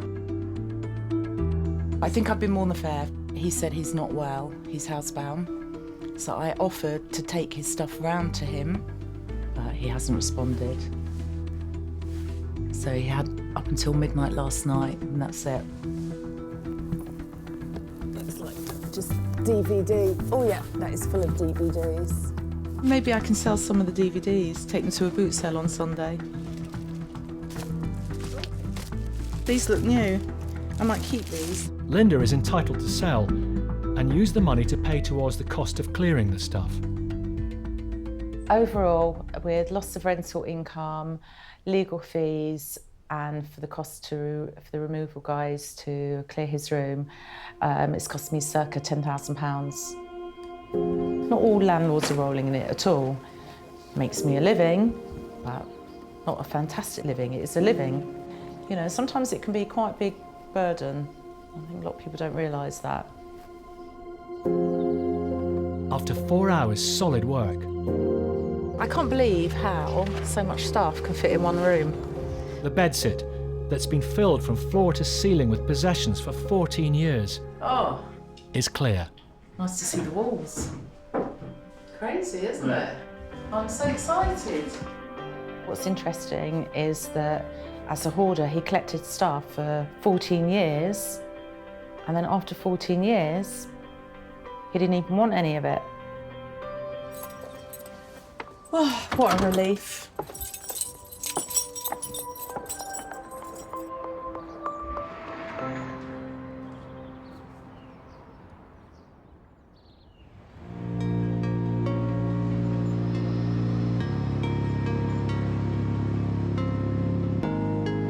A week since the eviction notice expired on a tenant with a drug habit, letting agent John Bartram has cleared the flat of rubbish. Now he needs to ascertain how much building work is needed before he can rent it out again.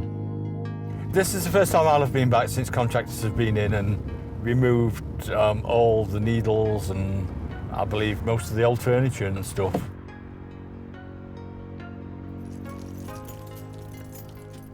Doesn't smell the best. Well, at least we can see the floor now. I say broken window. I see they haven't removed the rubbish that has been chucked out the window onto the roof. I think somebody's been using the sink as a toilet. Broken kitchen unit. Broken oven door. Everything's trashed. It's got to go back to basics. Yeah, you've got pity on the landlord. Damage here to Georgian wired glass. All the blinds damaged in the bedroom here. I would say, you know, there was a good £4,000 worth of damage. That's a year's rent for a landlord in premises like this, a year's rent. He's got to replace the kitchen, he's got to replace the vinyl, he's got to replace all the carpets, he's got to replace all the decor, and that's without even thinking about going into the bathroom and the cost in there. It's got to be a complete refurbishment to this flat. There's no chance John and the landlord can get the tenant to pay the cost of refurbishing the flat. We've heard nothing from the tenant at all, so we have not got a clue where this person's gone.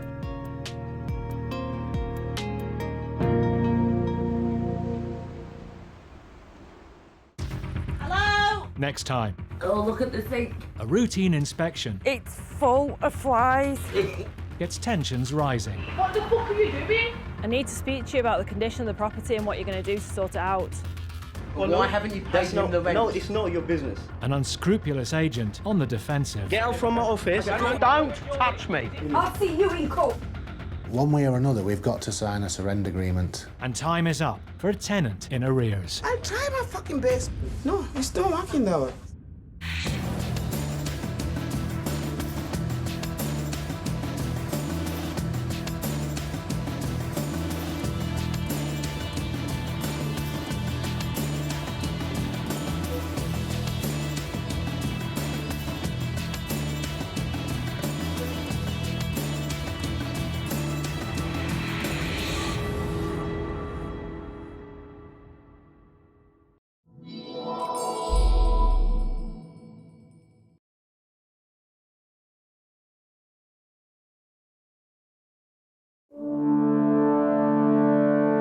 Britain's rental market is at breaking point.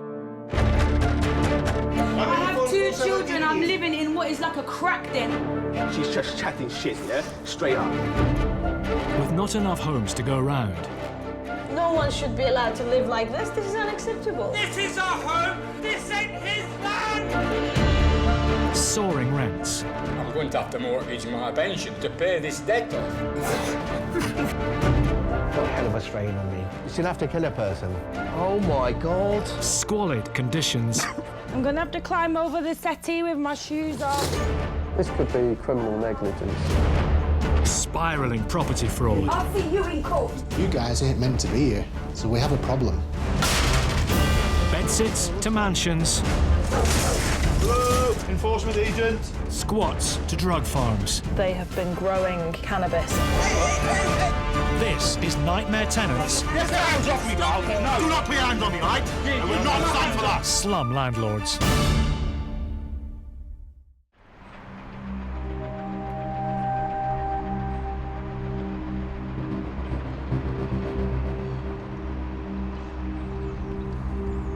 Paul Champlina from Landlord Action has a tricky case on his hands. This is the start of us trying to get her property back.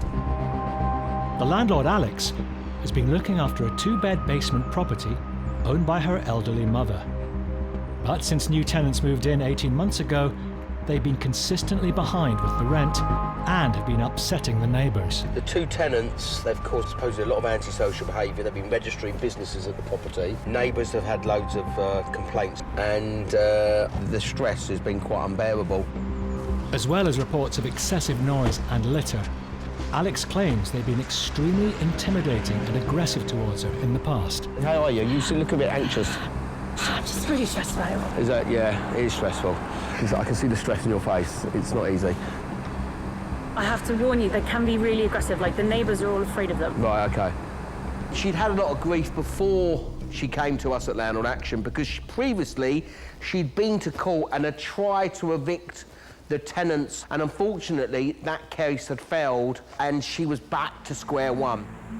Show me where the property is, let's go and do this. Okay. The previous case failed because the tenants were never more than 2 months in arrears, the cut-off point for legal proceedings. This time, Alex, with Paul's help, is seeking to evict them for their antisocial behaviour. But this is harder to prove. Hello, mate. You all right, mate? Yeah, I'm Paul from Landlord Action. I'm with the landlord to serve notices. Do you want to open the door, or should I put them through the letterbox? Yeah. See, I told you. Oh, please get me out of here. Come on, we served it now. We served it. We served it. It's been served. Come on. See what I mean? Where's Alex? Pardon? Where is she? She's there. Hi, Alex. We're just the lawyers to deliver us all. One month, yeah? And we're going to pay it today. We're going to pay it this week. But because of the way you're acting, it's so bad. So bad. Don't come to my house again.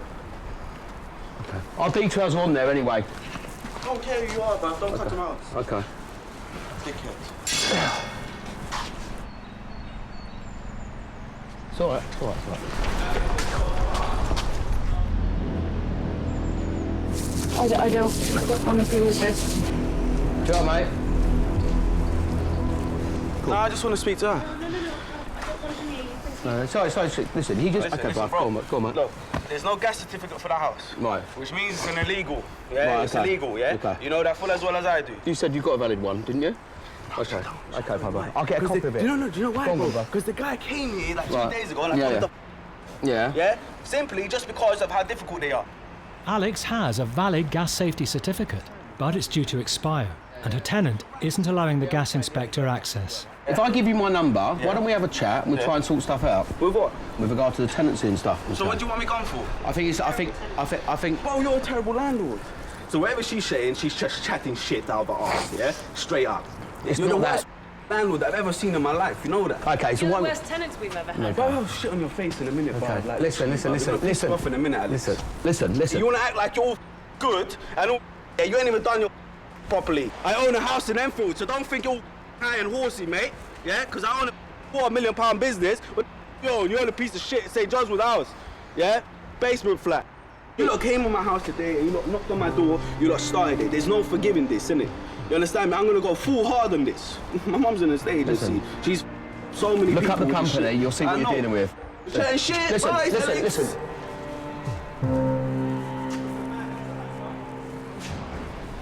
That was a bit traumatic. Are you okay? Yeah, I'm all right. Okay, that's not nice. It's not nice. Thank you for taking the lead on that. No, it's fine. I'm used to that. So let me explain the process, because time-wise, everything goes against you. If there's 1 month's rent arrears owing, it's a week of ground, you know that. The other grounds, they're not that strong. It's not as if he's doing an Airbnb or there's a cannabis factory or there's prostitute, you know, where there's proper criminality.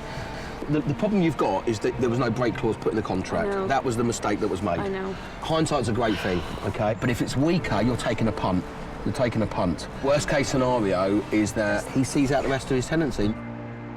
It's a desperate situation for Alex, as the tenancy still has another 7 months left to run. At the beginning of the relationship, when a tenant moves in the property, it's all hunky-dory. But when there's issues and it goes wrong, you wish you did have a break clause. All Alex can do now is wait for her day in court, though it's far from certain she'll win. It's a classic situation where landlord and tenant's relationship has totally broken down, and grounds are quite weak, and I'm a little bit concerned about that. I'm a bit shaky. I'm glad we've served the notice because we just need to get them out. You can see that they know exactly what they're doing. We just want them gone.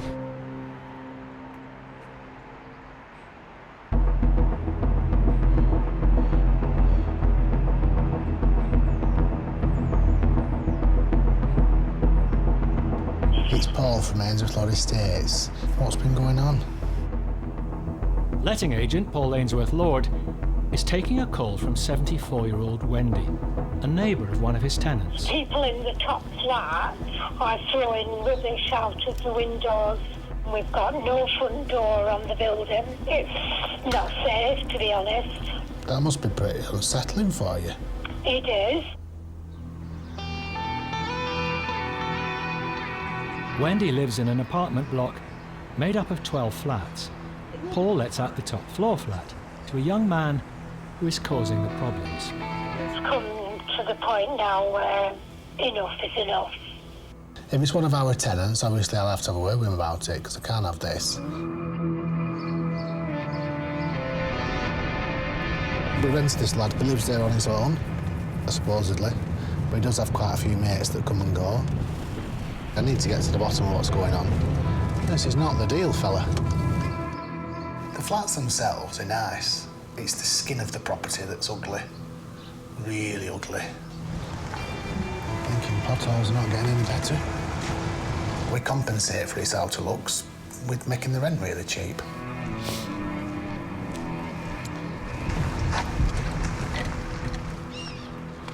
Just watch in case some rats start running.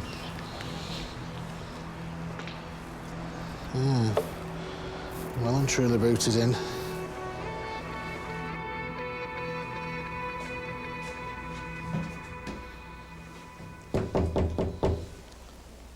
Wendy, it's Paul. Okay, just hang on a sec. Hey, are you okay? Have you got 5 minutes to have a chat? Yeah, come on. All right, love. 74-year-old Wendy moved into her flat 28 years ago, but nearly 3 decades on, her daughter Julie is concerned for her safety. At the beginning, it was wonderful, but progressively over the years, we've had, as a family, quite a nightmare because of the state of the building. It's horrific. Somebody took the front door off. Yeah. I'm pretty sure it was your tenant up there, but I can't prove anything.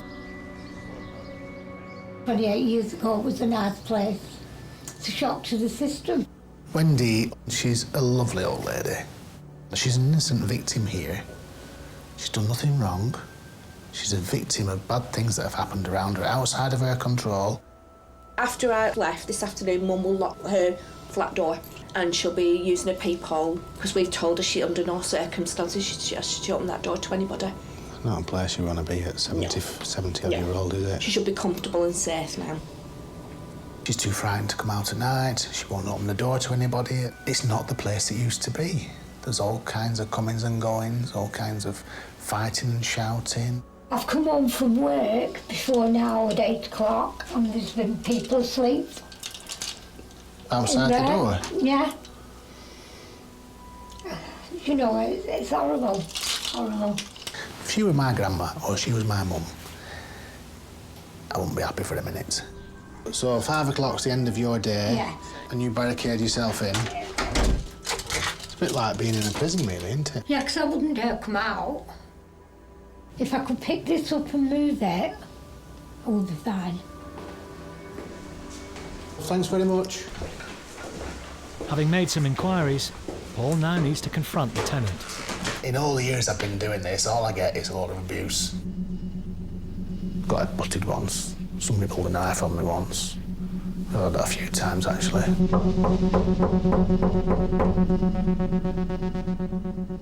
Got the radio with the telly on.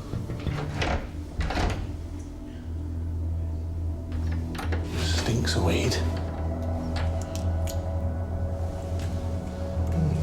It's not good.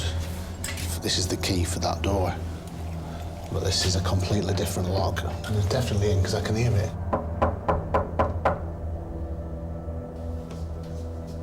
There's something not right here. There's a new front door on. That's weird. The whole thing's bizarre. Something's happened with the door. I think I might just knock on a few of the doors. I thought I'd go and have a word with the girl downstairs, see if they know what's been going on.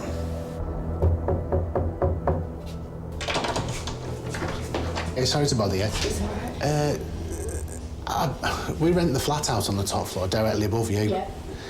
Now, it looks like he's had a new front door. Yeah, the door's been kicked in. Police did it. Right. Are you coming in or...? Yeah, if you're happy for us to come in, I'll come in, yeah. Jessie claims she had a run-in with Paul's tenant and his friends just a few weeks ago. On New Year's Eve, they asked to come down here to have a drink with us because we've not really spoken much to them. So they've come down and then they started physically fighting with my friends. They've caused all that on the wall over there by throwing stuff.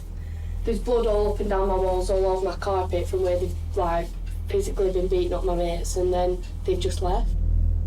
So is this all the blood you're on about with the... Yeah, it's all down here, it's all on the carpet. All this as well? It was everywhere. Absolutely everywhere. I've rung the police because someone's come with a machete They said someone's come with a machete and threatened me at my front door. What, here? And then I rang the police because I was scared at this point, and the police have kicked the door in, and then that's how that's happened. This is clearly not good enough what's going on. No, definitely And it's not right they're behaving like that with you. Right, love, thanks very much. Paul decides to try the tenant one more time.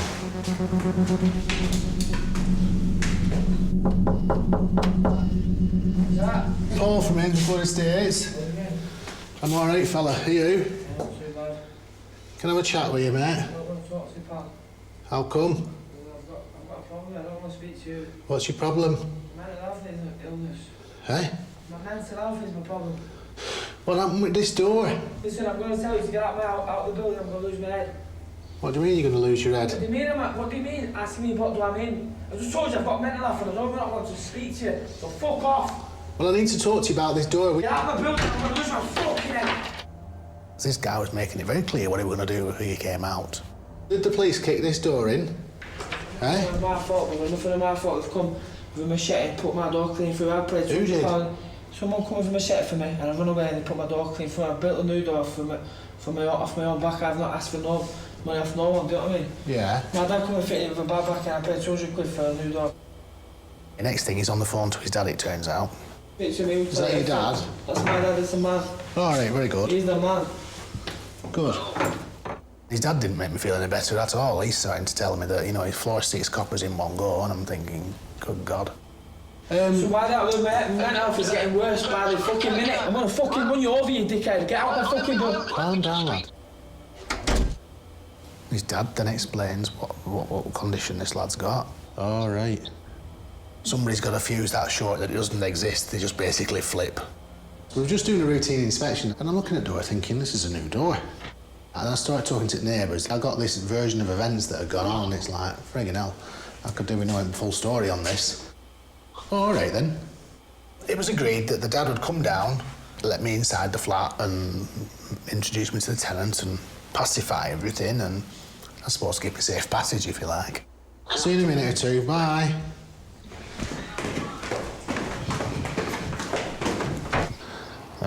His dad's coming down now, so he's probably the best person who can control him. If he can flip his lid at any minute, I don't really want to be first in the firing line to that. 10 minutes later, the tenant's dad arrives. You're all right, I'm glad you've come. Goes upstairs, goes into the flat. The tenant's a little bit worked up, you know, he's quite hyperactive. And the flat's nice. Nothing wrong with the flat. The place is being kept in good order. So I had a word with him about the litter throwing, and you know, he said, oh, he'd sorted that out, and he picked it up, and he said he'd apologised. And I left on good terms. Right, good to meet you anyway. Thanks for your time. Thanks for coming down. But I won't be rushing to go back to do another inspection, that's for sure. It looks like Paul has calmed the situation down for now. But even though Wendy is not the tenant, he's still worried about her and is determined to help her feel safe. I feel proper sorry for the dear. To be 70-odd-year-old and surrounded by a proper colourful bunch of characters. It's sort of one of those jobs that's really tugging on your heartstrings, and I've really got to do something about it to set her free, because this is not right.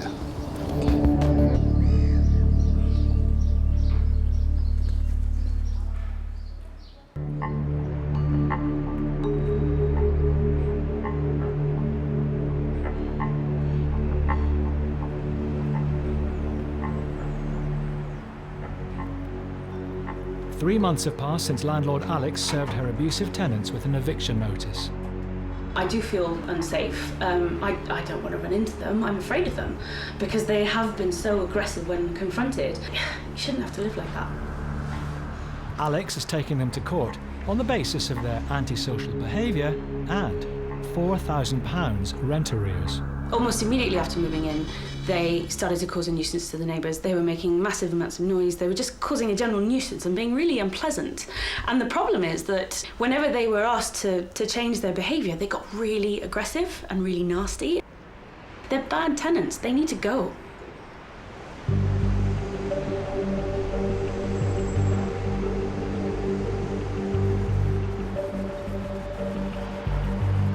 we go again. The hearing is in half an hour. As far as I know, they haven't paid up the outstanding arrears, which hopefully will mean that we'll get that property back sooner rather than later. Alex has already lost one case against her tenants, and today she knows it's going to be touch and go. I'm fully expecting them to come up with some sort of elaborate excuse today. That's generally what they tend to do. We just want them to leave. Alex is quite confident because she hadn't received the rent from the tenants. She was hopeful that they weren't going to pay so that she could get that possession order and move on with regard to possibly getting the bailiffs in.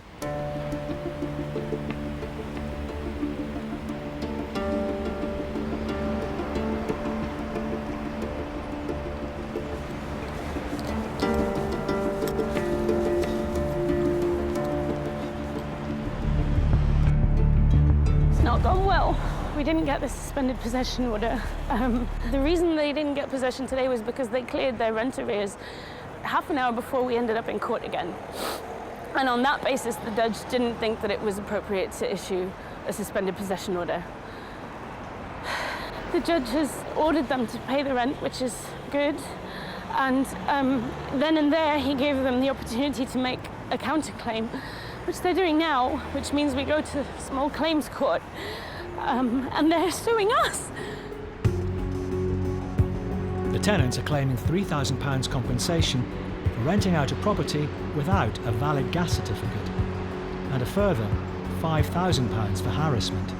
I suppose in a sense it's good because now I can actually produce all of the evidence that I have, which shows what horrendous tenants they have been.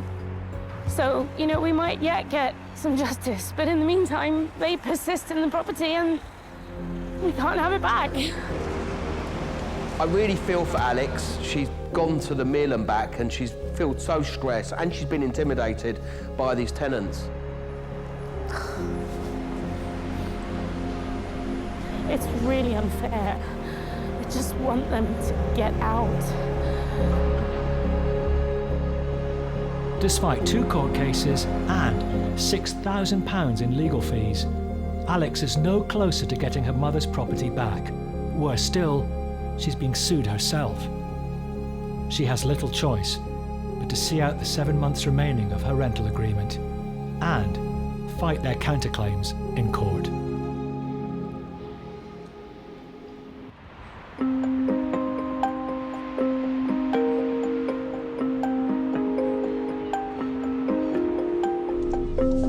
Letting agent John Bartram is responding to a report of vandalism at one of the apartment blocks he looks after.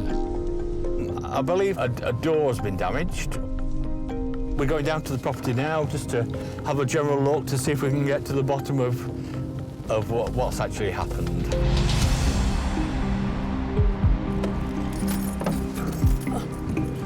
What do you think? Oh no, another one. You just take it as an everyday occurrence that something like this somewhere in Blackpool will be happening. I can see that there's damage been done to the front door. Well, I would say that the door's actually being kicked. Well, you can actually see the footmarks all over it now. It's just a joke. There was another lock in there that's been taken out.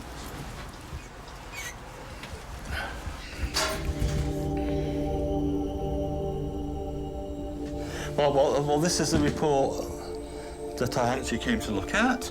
But yeah, all this door frame has been kicked, all the frame has been damaged.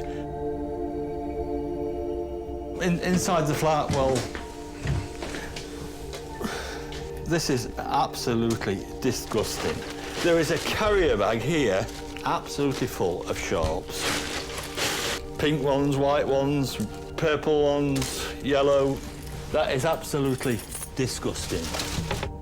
Damage to a flat door, we've got damage to the front door. I mean, £200, £300 gone like that, which is a week's rent for the building. With the tenant not around to speak to him, John hopes the man who lives across the hall from him, also one of his tenants, can shed some light on it. Do you know what's happened to the door frame here? Yeah, there was loads of kids. So we say kids, yeah. What age, teenagers? About 16 something, 17. Okay. Loads of them, right down the road there. put money on it that this was drugs issue, somebody owed something somebody, the front door was locked, and whoever it was had got no qualms about just kicking the door in to get to somebody. Right, OK, we have got an issue here straight away. That door's been prized open, so they can put heating on at the landlord's expense. So we've got theft of electricity. Each of the 6 flats has its own electricity meter, but one of the tenants has found a way to bypass theirs. Someone taken the screws out from a landlord's cupboard and plugged into landlord's supply.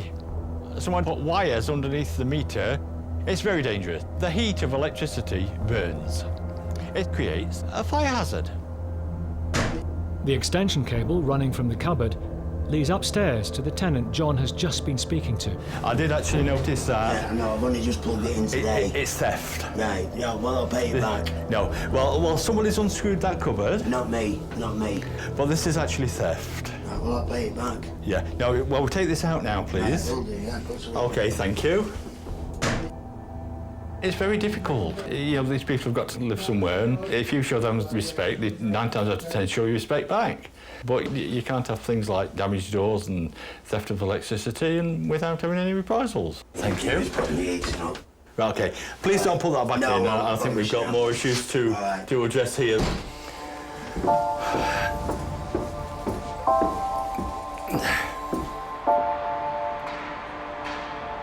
What these people don't realise, yeah, they're living in poverty, but by people living in poverty does not mean they've got to put other people's lives at risk. When other people's lives are at risk, that's when action has got to be taken. OK. John will arrange for the broken doors to be fixed, but the theft of electricity by the other tenant is a more dangerous and a serious issue, and the landlord will need to decide whether or not to evict him. The tenants know damn well that if they step out of line, we'll jump to address the issues.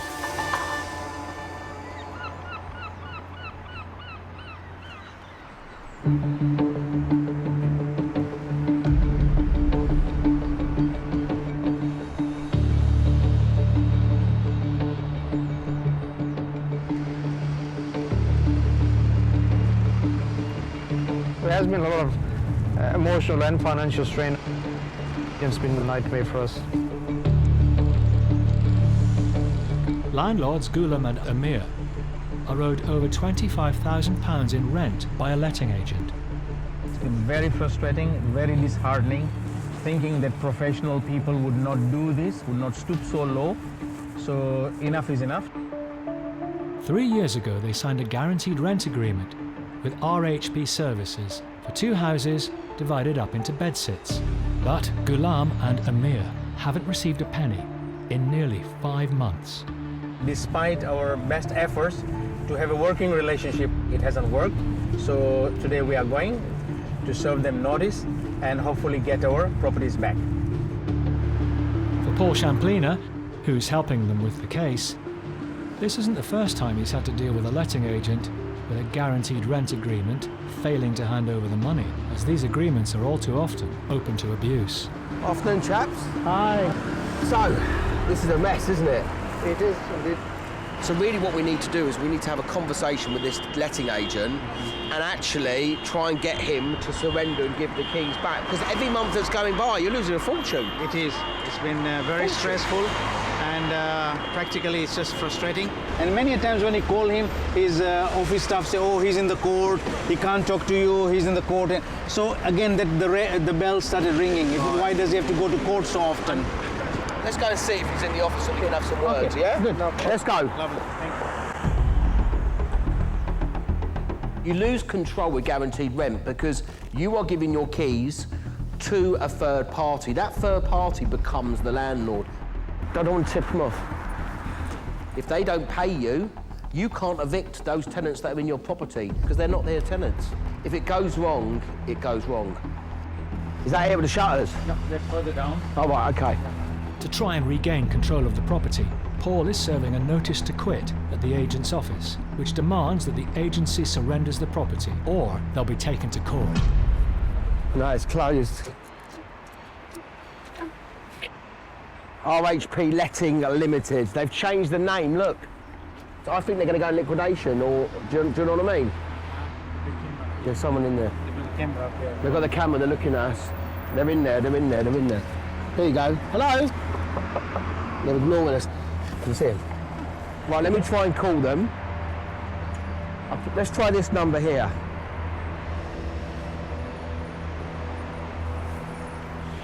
No answer.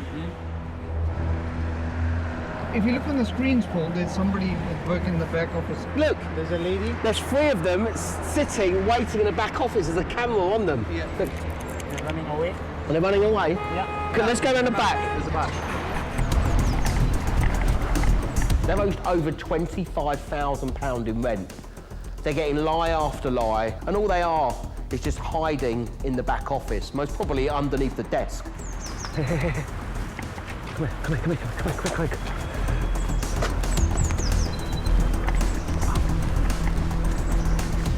No, shit. That's the wrong one, isn't it? There's someone's house, isn't it? Fuck. Fuck it. Can you see them? Yeah, they're running inside. Yeah, they've run close the back door now. They are just complete and utter cowards. They've gone right and they've locked themselves in. They're like little cockroaches. Very disappointing. The staff, probably they're innocent, but they are probably under strict instructions not to open the door to anyone. Yes. I worry that all they're going to do is they're going to close down, start up again, serve the letter, which is what I'm all about. Come on then, let's go.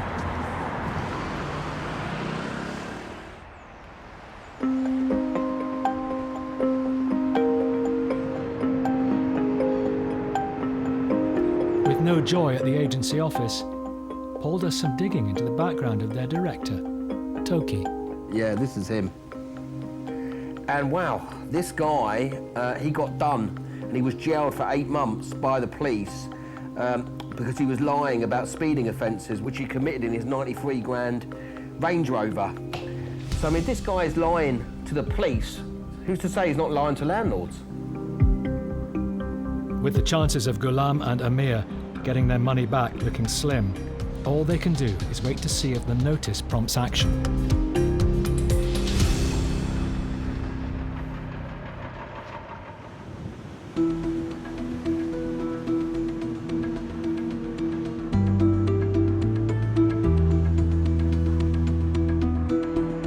Days ago, John Bartram discovered 2 smashed doors and one of his tenants stealing electricity at a property he manages. This particular person has been running extension leads into landlord's supply of electricity, which basically is theft. John has served him with an eviction notice. I actually served a Section 21, put it under a door yesterday. That's actually giving the tenant 2 months to move out. I'll call down now to see how they're doing with the door that's being fitted and see if the tenant is actually in, just to explain to him what it's about. From day 1 of serving notice, you've got 6 months to activate court proceedings. It's like a footballer being given a yellow and a red card. When they've given the yellow card, it's a warning. So they know damn well that if they misbehave, they could be made homeless. The landlord has already paid to have the doors repaired. That's looking a lot better anyway, isn't it? A little bit of plastering to do on the inside here where it needs finishing off. But overall, I think it's a good job, and let's see how long this one lasts. New door frame here on here. I'm just going to knock on this door here and just see if this gentleman's in. Now, what I want to do is, you appreciate, I served notice on you yesterday on behalf of the landlord. You have got 2 months to prove to me that things can change. That things can change. Oh, okay. If things are right, things have changed, yeah, we're okay. Yeah. Well, why should I get blamed for shit? As you appreciate, any issues that we get from a building or any information we get, as a company, we've got to speak to a landlord, i.e. extension leads running downstairs and stuff like we do. If not, we can be classed as mismanagement. So I've just lost my girlfriend a few months ago, taking drugs and that, and she just got blood poisoning basically. So she was dead within 2 days. So I've lost everybody, you know what I mean? So, lost literally everybody, like. Are you using it at the moment?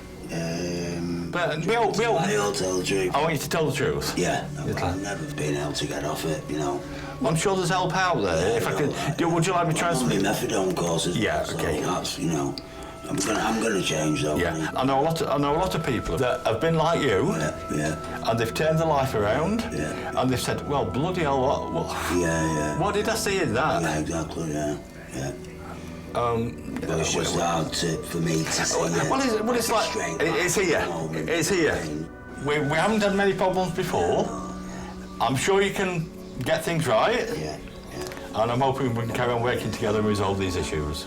Is that okay? Yeah. The town is absolutely full of these lovable rogues. Cheers, pal, thank you. They're all trapped in a vicious cycle of alcohol and the drug scene, but the majority of them do play ball as long as you play ball with them.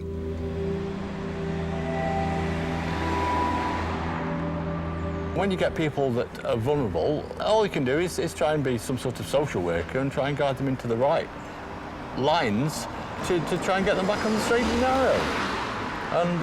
And this is the difficult part of the job.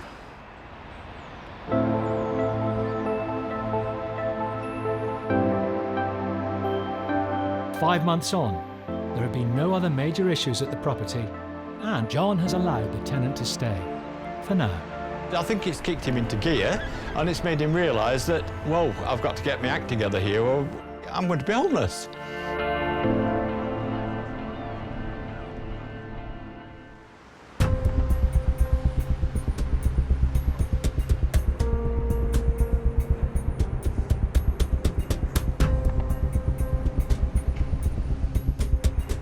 Four weeks have passed since landlords Ghulam and Amir served notice on letting agents RHP Services, who owe them over £25,000 in rent. It hasn't been a good experience at all.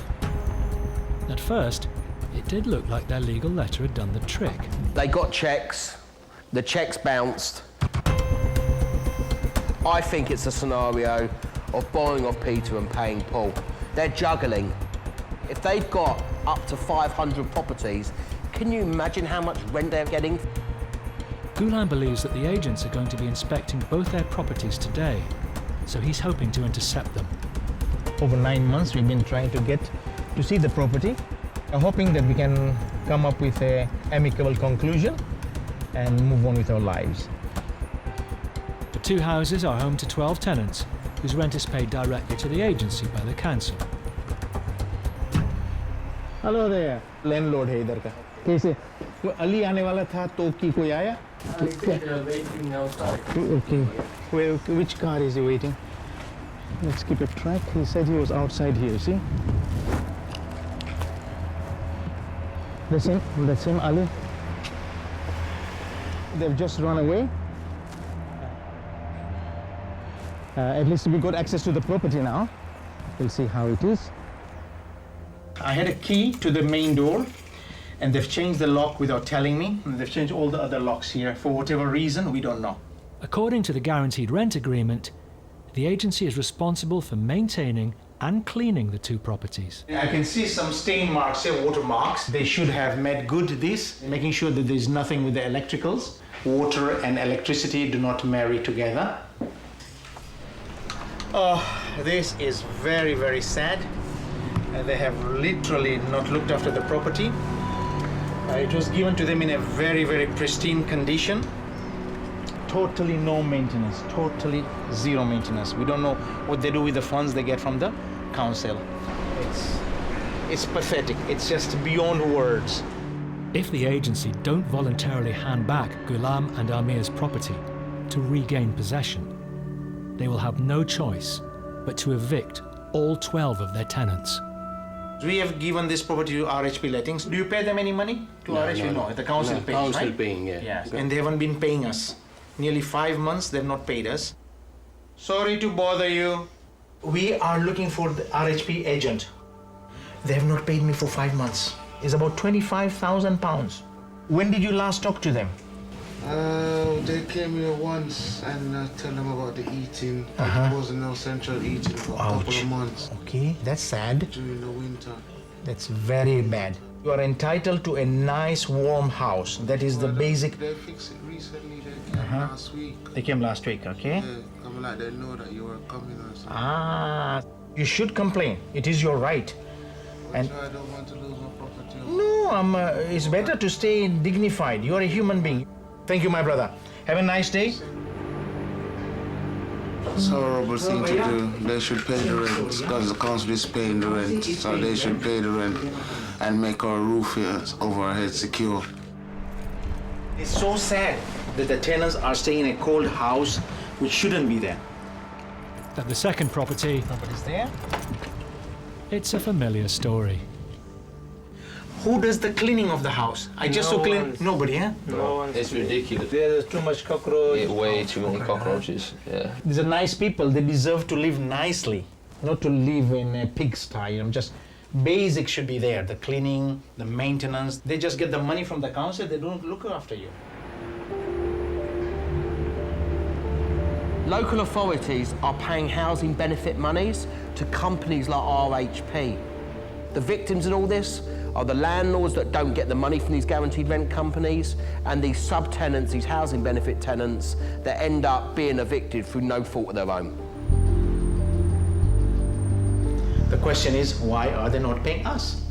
And the question is, why are they not looking after the residents? You have taken a responsibility to look after human beings. RHP Lettings is really, really doing disservice to mankind. 4 months later, and with COVID-19, all evictions have been temporarily halted. Ghulam and Amir are owed more than £30,000 and counting.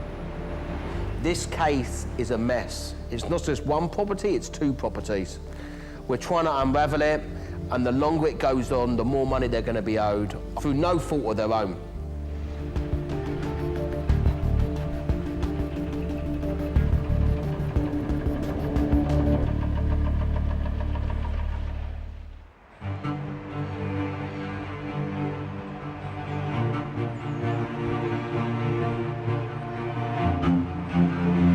It's been 7 weeks since letting agent Paul Ainsworth-Lord dealt with a young tenant who'd been causing trouble with the neighbours. For one, 74-year-old Wendy, there's been a life-changing development. The only way to get Wendy out of this predicament is to sell her flat. And she told me that can't happen, it's not saleable. And in an ordinary world, she's right, it's not. But I can make that happen. It took Paul just 3 weeks to find a buyer for her flat so that Wendy can move somewhere quieter. And she's a lovely old dear. I've had long chats with her, and basically, she said she's been looking and she thinks she's seen somewhere. I said, let me come down and have a look at it together and see if it's suitable for you. Yours is just here, isn't it? Wendy is viewing the property with her daughter Julie. Oh, wow. Oh, it's got a little... a serving act. Oh, I like that. I'm liking this. I'm feeling good. I think it's lovely and it's just what I want. You could take that away and you'll get a nice double bed there. You think it's okay? I think this is perfect for you. Yeah. I mean, it's just so peaceful, and it's not peaceful down there. Not at all, day or night. Okay. But yeah, oh, there you go, squirrel. We've got a squirrel running. Okay. All I can say to you, if you don't take this, you're as daft as a brush. It just feels I could make it home. She can go to bed at night and close her eyes, not having to worry about anything. Knowing she's safe. Have you taken it all in? Are you ready to go back? Yeah? Yeah, quite happy, yeah. Come on then, we'll run you back home. Okay, well. I can't believe it's happening. Believe it, it's real. I'm dead happy with myself. You know, to do a nice thing for somebody now and again is, makes it all worthwhile. Several weeks later, Wendy made an offer on the property, which was accepted.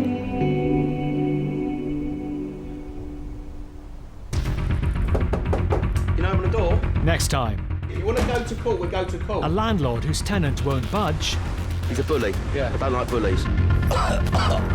a flat left in ruins, The smoke detector has all melted here. The fire in here must have been intense. Bloody hell. We're not supposed to have bloody turtles in the bath. Can you leave, please? Ask who's these terrapins I don't know. and a letting agent under threat. Can you move out of the house, please, mate? I've come back from work. I want to chill out.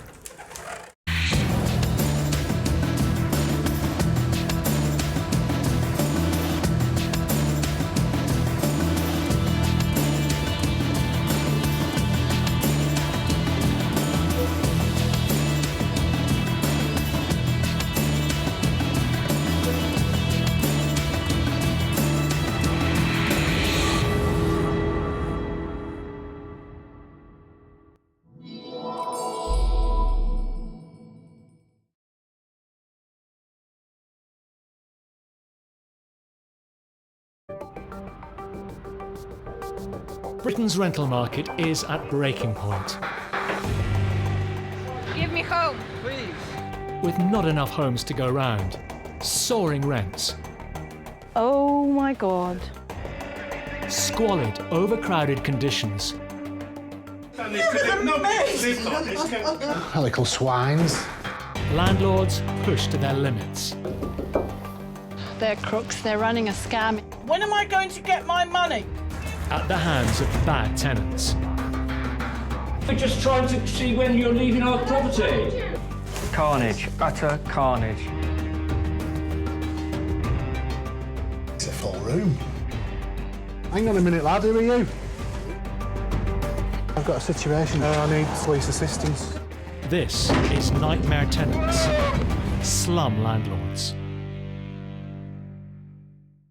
Go, man! Go! Go! In this episode, Sheriff's office! we catch up with some of our most extreme stories. Time to go, please. Let's go. Give me 10 minutes! 10 minutes! He's losing it. You should be apologising to the community. God. To find out what happens Lock next the toilet up before we go, eh? Just to be nasty. Hello, mate. and discover the lessons learned by both landlord and tenant. Oh, wow! Very nice.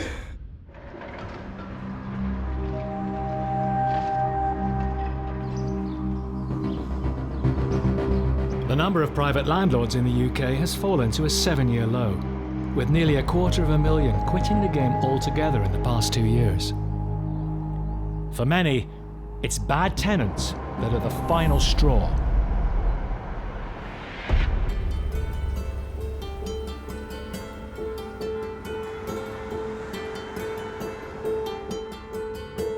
Landlord Paul Bloom has rented out his property here in Hampstead, one of the most desirable neighbourhoods in London, without a problem for 12 years. 8 months ago, all that changed when he began getting complaints from neighbours about his latest tenant, Mohammed Ali. I said to the guy, you've got to keep noise down, otherwise, you're just breaking every rule and every clause in the contract. My tenant said, if you don't stop ringing my door buzzer, I'm going to come round and teach you a lesson. And then I got a text saying, well, I'm not paying the rent. He actually told me he wasn't paying the rent. It's now been nearly 6 months since the tenant last paid the rent, and Paul is owed over £9,000. I live literally 2 roads away from this, and I have to drive past on a daily basis. And it was just winding me up, making my blood boil. I was getting proper stressed by it. A week ago, he won an eviction order at court, and he asked his football pal, Paul Champlina from Landlord Action, to hand-deliver the notice. What's going on? Paul had lived at the property, and of course he knew all the neighbours, so he was getting it in the ear from all the neighbours about the complaints and the antisocial behaviour. So I knew that it could be quite fractious, and I knew that the first meeting could be lively. Let's just save that. You need to get the property back, and we need to try and recoup your losses. OK, let's go and do this, Paul. Have you got the keys, haven't you? OK. The court order gives Mohammed and his family 2 weeks to leave the property. You're quite jittery. You don't know what reaction you're going to get. Hello, Mohammed.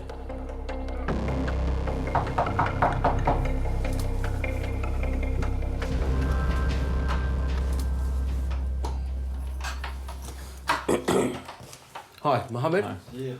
This is the letter from Paul. Yeah. He got a possession order last week. You have to be out of the property by the 25th of July. Okay. Are you going to be leaving then? No, I am. He's owed almost £10,000 in rent. I am waiting for court. What do you mean you're waiting for the court? We've been to court last week. Later for court. Okay. Okay, but this is the letter explaining what happened at court last week. Okay, so take the letter. Thank you. Okay. Yeah. He hasn't had any rent for months. Okay. Doesn't want to talk. Okay.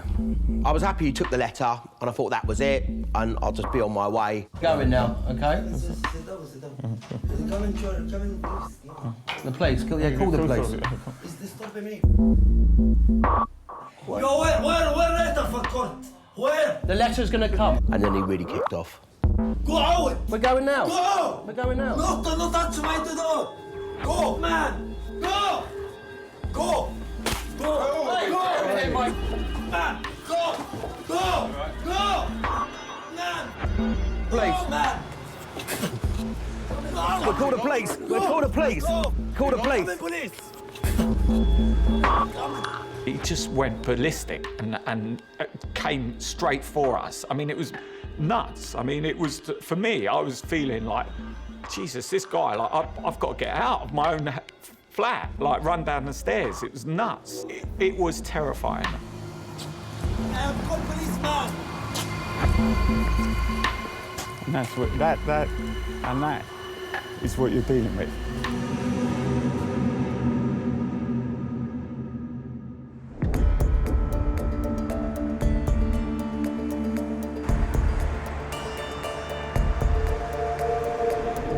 Eviction lawyer Chris Sharp has an unusual case on his hands.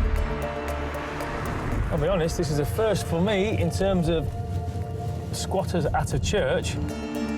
3 months ago, 2 Ghanaian ministers, Reverend Sarpong and Ibrahim Farouk, leased an empty 18th century church in the heart of Liverpool to launch a ministry and community centre.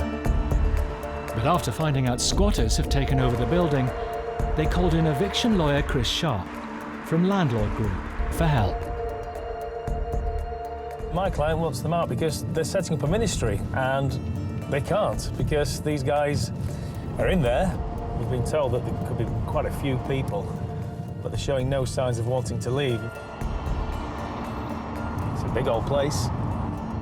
Chris needs to serve the notice in person. Fantastic. Looks like they've padlocked the gates. 8-foot fence, padlock gate. Don't make it easy for you.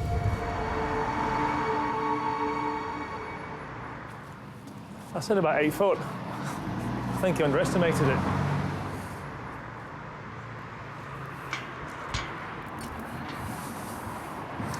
That's not opening. What I'm thinking is I'm going to try and get onto this land. It might be slightly easier to access that fence.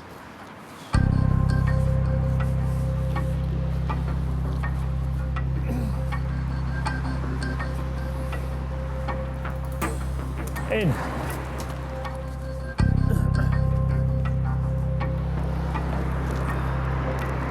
have to put these people on notice that we're taking proceedings to get them out. So making these signs visible puts them on notice that we are here to notify them that there's a court hearing coming up. Changes in the law over the last few years has meant that squatting a residential property is now illegal. It's far less problematic if they go for an empty commercial unit, a factory, a corner shop, or a church. Right, I'll give it a knock. This place is a big old church. You could just make out silhouettes at the back. Hello? Hi. I'm here on behalf of the ministry who's taken over this property. All my client wants to know is how long you're staying for. You're staying indefinitely? I've been told I'm being incredibly rude. All we want to do is give you these notices and then we'll be on our way. OK, what I'll do, I'll hand them through, OK? There you go. OK? I'll leave that with you anyway. OK, thank you. They were saying something about they've got a legal right to be in there. No, they haven't. Absolute nonsense. They're unlawfully occupying. They are trespassers, squatters. Cut it however way you want to. They are not meant to be in there, and they have got no legal right to be in there, no matter what they say.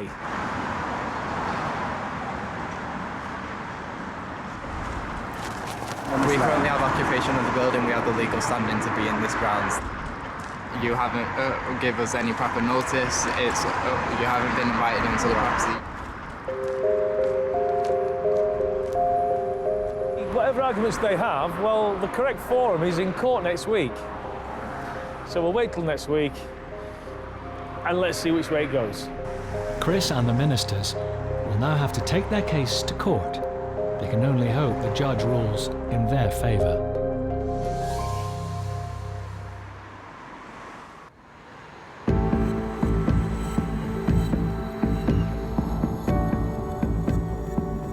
It's been 5 days since lawyer Chris Sharp served notice to squatters who've taken over a Liverpool church. Today, he's on his way to court, hoping to win a possession order. You know, this is important to my clients because, you know, they're wanting to introduce this church back into the community, and by these guys who are in there, you know, pulling down the shutters and barricading themselves in, they're basically giving two fingers to the community. It's simply unacceptable. We will get our property back. We absolutely will get those people out of there. Waiting for Chris are Reverend Sarpong and Ibrahim Farouk. Morning, Reverend. How are you doing? Their ambition is to launch their ministry and a community centre in the church, but so far they haven't even been able to set foot inside. I tried to enter into dialogue with them, but they turn around like, you are not supposed to be here, you are trespassing. They were trying to say they have right to occupy the property. I don't know if the guys who are in the property will be turning up today. They did make it clear to us, though, when I served the papers, that they had no intentions of leaving and they wanted to stay as long as they could. There's no such thing as squatters' rights. Simple as that. There are hurdles that a landlord has to go through, but when somebody breaks in or somebody takes occupation of a property that does not belong to them, they do not have any rights per se at that point. It's so frustrating because most of our projects help people on the street. Yes. Is giving out warm clothes. Yes. Jackets, blankets, including cups of tea. Yes. And our intention was to open up a cafe within the building so that many people can come. Well, look, let's try and at least secure the order for possession. Okay, let's go then, guys. Cheers. Chris presents his case to the judge. And so do the squatters, who are able to delay the eviction on a technicality.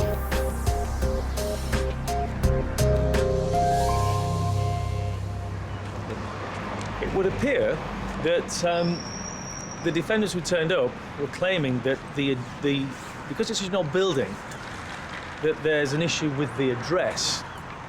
So what the judge has asked is that just for further clarification as to the actual address. So hopefully, it'll be a few more days and we'll get that rectified. The Reverends are lovely people, and they were a little bit, how can you, probably shell-shocked that this was happening to them. It's so frustrating because we have plans, you know, and all this, it's really become what do I say, a bit difficult for us. All that happens in these cases is it just delays the inevitable. But it made the Reverend's resolve even stronger. And it was then just a ticking clock. They were going to get evicted.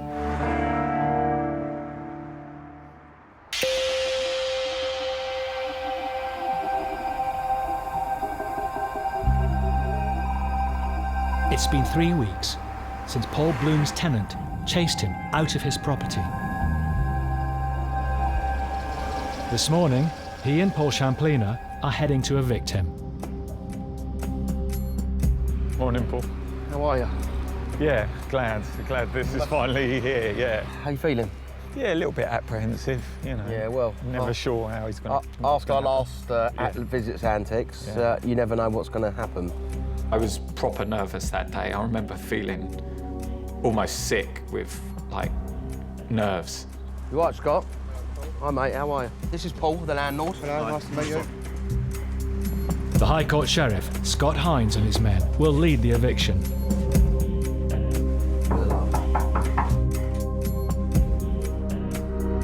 Mohammed, his wife and 2 children have just 30 minutes to leave the property. Hello, Mr. Ali. Got any keys? Yeah.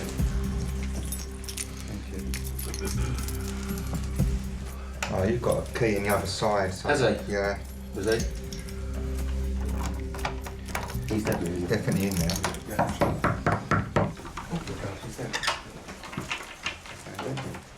Hello, Mr. Ali. Yeah. Can you just speak to me, though? No, not big truth. I'm bailiff. Sir, you understand what's happening this morning? I understand. Okay. You ready to leave for me? Yeah. Yeah? Well, I'm going to come in, okay? Yeah. Thank you. 1 minute. Yeah. 1 minute. This is my work lady. Okay, that's Yeah. fine, but she Yeah, still has please, to leave. Okay. Okay, leave the door. Please, please, Yeah. please. Okay, well, they can stay there. No, okay, no problem. If he wants to come in, he Right, can. Stuart, can I come in with him? You come in. Yeah, come in. Come and sit. No problem. So you need to pack up for me, please. Yeah. You can get yourself dressed, get your wife dressed. Yeah. You've got about half an hour. Okay, look. Half an hour. Where are you going back? 1 day, 2 days, what? No. I just told you half an hour when it's only 1 week. You don't seem to understand. You're leaving here this morning. Yeah. Simple as that. You need to get your wife dressed, get your children awake, and then you all need to leave. He can start changing the locks as soon as he's ready to pull. Yeah, okay, Yeah.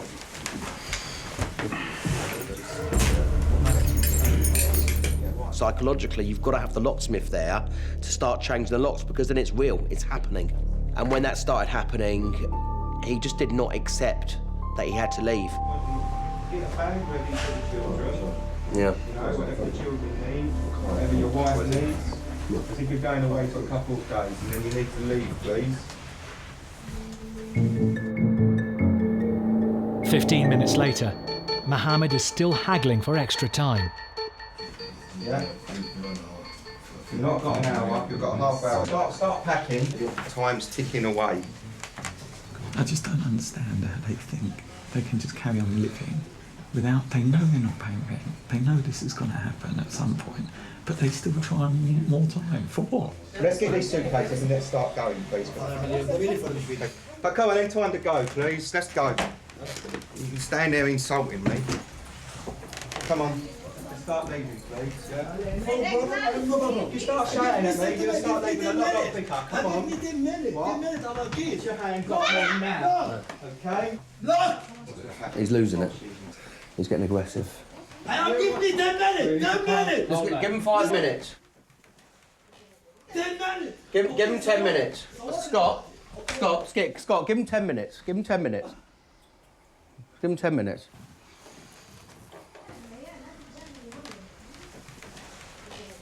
He just apologised. I thought giving him an extra 10 minutes might calm him down a little bit.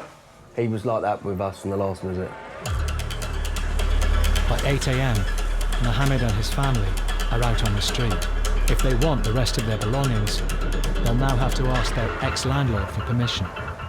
I felt really conflicted at the eviction. I was like, oh my God, we're throwing out this family. Within 7 days, not a problem, but ideally as soon as possible, make an appointment, and then they will be in here to let you in to take the rest of the stuff. I remember toughening up a bit at that stage. We're just doing our job, you understand? You know, it's nothing that they've done wrong. Just because of the actions of him, you know, he's put his family in this position. Inside, Scott and the bailiff's job is done, and Paul Bloom finally has his flat back. I just need a signature for possession. You want to sign just there for me, please? Well done, you've done a great job, Scott. Okay, well done, thanks mate. a lot. Well done. I'll see you all later, yeah? In a way, it feels a bit funny because you kind of, it's been so sort of long The whole process has taken so long to get back in here and still got a load of their crap here that they need to come back and get it. It was an awful day and I felt terrible doing it, but I needed to do it for me. I've got family to protect and I needed to get my property back. And why should I let that go for the sake of being sympathetic to someone that has ripped me off?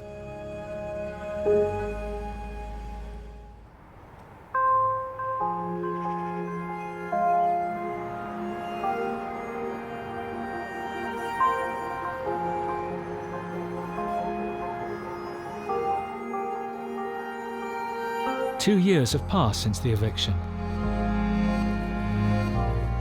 Paul Bloom is returning to show Paul Champlina what the flat looks like today. Hi, Paul. Nice to see you. You all right? Good. Got this brings back memories. Scene of the crime. The worst thing was he spat at me. Yeah. Yeah, who likes being spat at? It was quite hard to... I had to really bite my lip and keep my composure because that was... I'd already gone. Yeah, no, you've absolutely. You've got quick legs. Yeah. No, I mean, yeah, someone spitting at you, that's just a no-no. Yeah. After a £5,000 refurb, Paul found new tenants and has had no trouble since. Wow. My God. Completely different, right? Amazing. Yeah. And all this furniture is all new furniture. Yeah, because I had to throw everything out. I mean, there was not. I don't think I was able to keep one thing. Obviously, tenants bought all his new furniture, which makes it fantastic. It's lovely. It's really done nice. Looks really good.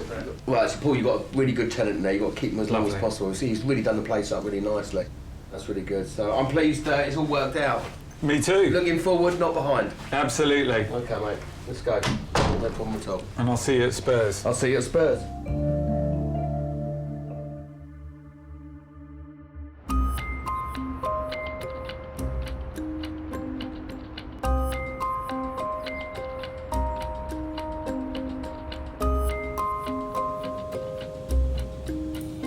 Letting agent Paul Ainsworth-Lord manages over 800 rental properties on behalf of local landlords.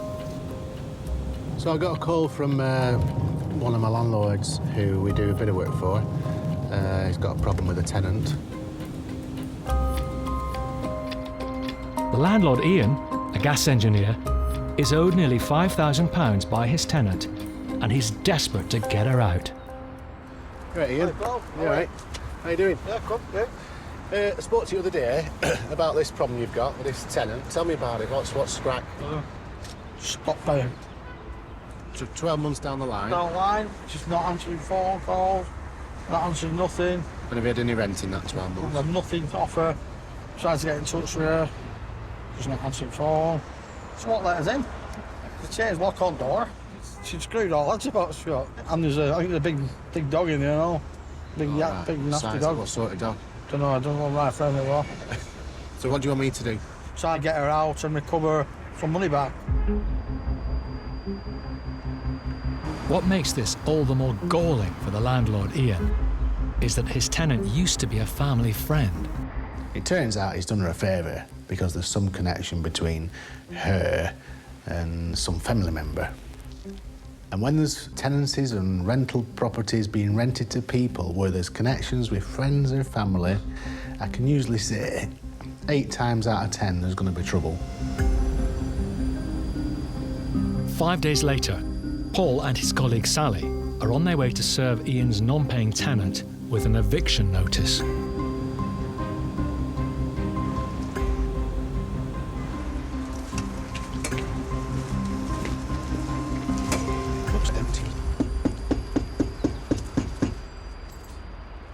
What we're doing is we're just telling them we're going to change the locks. We need them to communicate with us to get a reaction. So we can get talking to it again. We can come to some arrangement that suits everybody and they leave sort of peacefully, you know. Once the penny drops, most people will leave before they get the court paperwork. They realise, hang on, something serious is about to happen. But this one, well, I wasn't sure if she was going to do or not.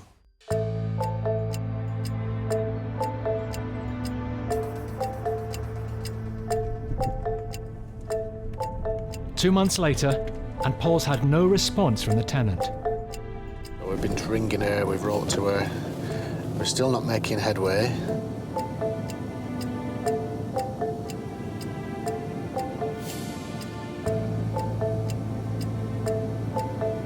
It looks as though we're going to have to do the court process. They just want her out, really.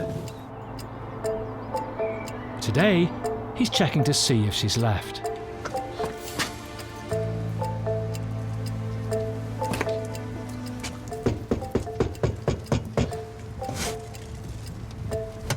We did have a report from a neighbour saying they thought they saw him moving out, so...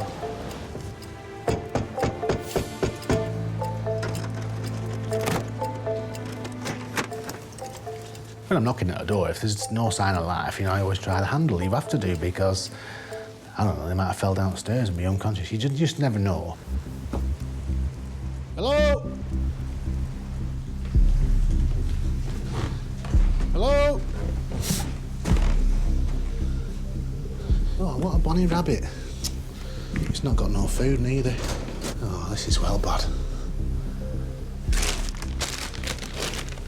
There you go.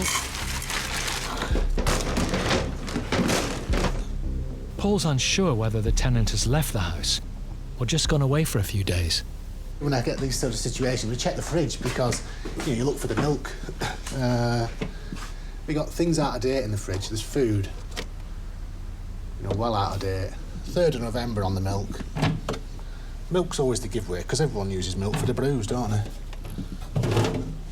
So I think it's pretty fair to say that they're probably gone. I think we've enough grounds to potentially take possession.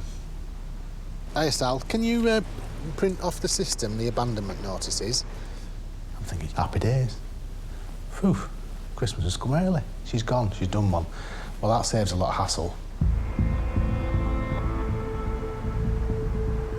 However, things didn't pan out as we thought they might. A few days later, we get a phone call, and it's the tenant on the phone. With a baby, in a pram, outside the house, couldn't get in. So Sally rings me, she says, oh, that tenant's on the phone, she's outside the house, can't get in, he's chucking it down, she wants to get in the house. I'm going to have to go and let her in. I'm thinking, oh, for God's sake. Legally, Ian the landlord has no choice but to hand her back the keys.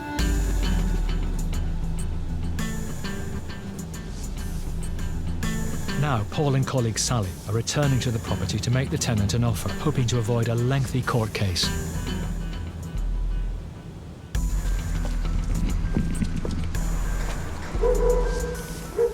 The court process has started. So we don't want to see that through unnecessarily. I presume you're going to need some money to get your next house, aren't you? Well, how about if we were to help you on your next move? Paul's offer of cash falls on deaf ears.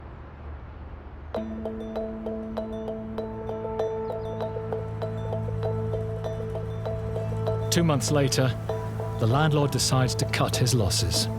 Poor guy was at his end, I could see him in his face, the frustration. He'd had enough. He'd had enough well before this point. He just wanted shut. Ian is getting out of the renting game and has sold the property at a discount, with the sitting tenant included. I matched him with a buyer. Buyer's got a good deal. Ian's got rid of his migraine. Because it's not a headache, it's a migraine now.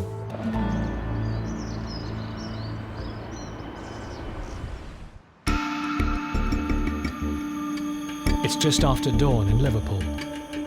Today, the squatters who've taken over this 19th century church are set to be evicted. Lawyer Chris Sharp has won a possession order on behalf of its leaseholders, Reverend Sarpong and Ibrahim Farouk. Morning. How are you? All right? Good, thanks. Yeah? Good. Well, finally, the morning's come. Yes. Very early, I know, but it's always the best way. It is. Catch people unaware, and also, with it being so early, might be a bit of commotion. Best that there's no masses watching as well. They've been tipped off. There are up to 20 squatters living in the church. So Chris has brought in a large team of High Court sheriffs to carry out the eviction. Mark, good to see you again. Evictions like this can turn nasty. We'll basically follow Mark's lead. Simple as that.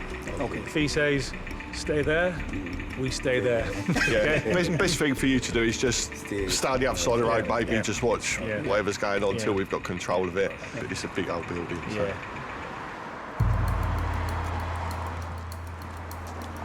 Tensions are high. The Reverends are nervous, I'm nervous, I dare say the sheriffs are even nervous. You just got to be on your toes, really. Expect the worst, and then if it's any better than that, you've had a result, haven't you?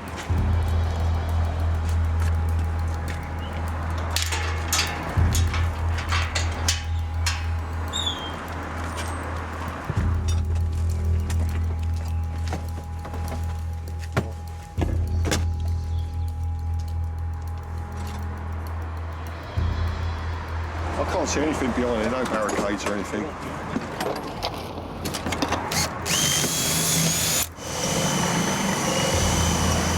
Once we're in, hopefully it should be over in a few minutes. Hopefully. Get the red, get the red. You always know the sheriffs mean business when they call for the ram. That right, yeah? Yeah, that's where the lock is.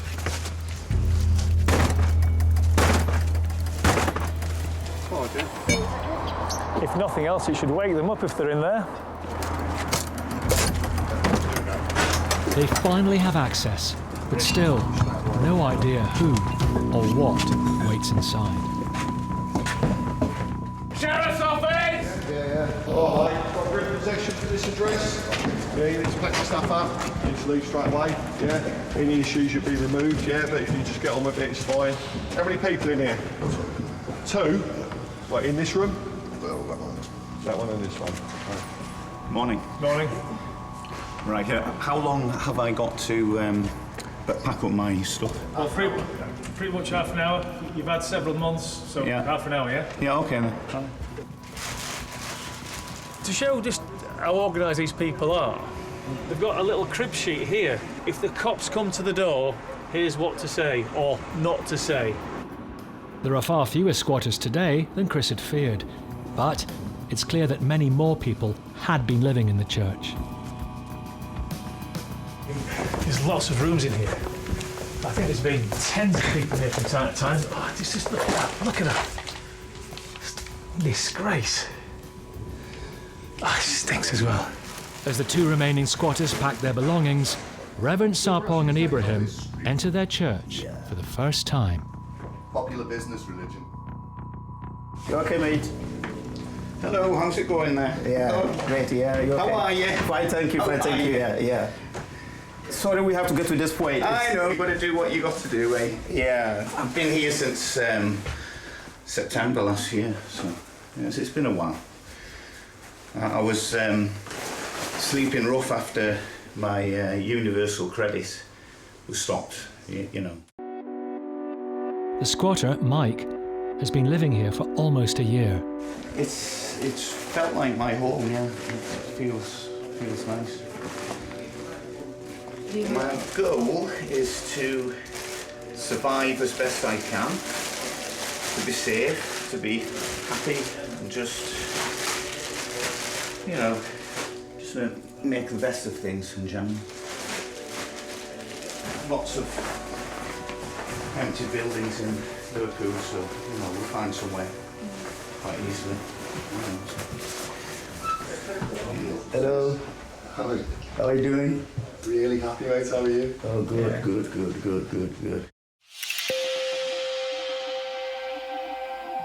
I will invite you to come and have service with us. You're a funny man. I understand 11 million homeless people across Europe and 3 to 4 million empty homes. I understand, yeah, I understand very well. For what you've done, you should be apologizing to the community. You get what I mean? It's fantastic, really top stuff. Very compassionate, I feel a very warm country. And yourselves really make me feel very warm. Especially this man, very friendly looking. These are just greedy guys, that's who they are. Very selfish guys, you know. They're not even feeling the remorse for what they've done. I mean, it's just not on. This is not on. you have mixed emotions. You've got to remain absolutely focused on the professional part of it, but you still have an emotional reaction to this. You know, these guys, they weren't hurting anybody, but they were preventing our clients to carry out their dream. It was never a crazy party place or anything like this. It was purely sanctuary for people who, desperate people. I left the rat race to try and help make the world a better place, raise the conscience of the human family. That's what I've spent over 20 years doing. And to me, it's criminal that any system can leave properties empty for a long time and people on the streets. Right, are you done, Dave?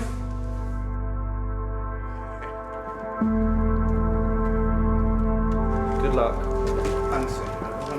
Like.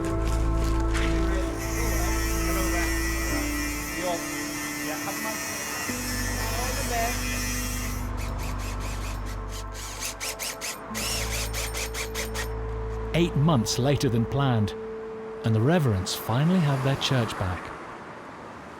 Okay? All right. No problem. Thank you very much. Okay, thank you. Great. But there's a huge job to be done before they can open their ministry and community centre. Look at the mess. It's a mess. You look up, it looks wonderful. You look down, you shudder a little bit, don't you? I think all that leaves for me to say is good luck, because I know you've got one hell of a job ahead of you here. Yeah, thank you. Okay, I'll see you again. Bye-bye now. Thank you. It's quite a lot of work. We never expected this, to be honest. It's come as a shock, but we're going to get there. The most important thing is getting the building. The rest will come. Congratulations. We are finally there. Yes.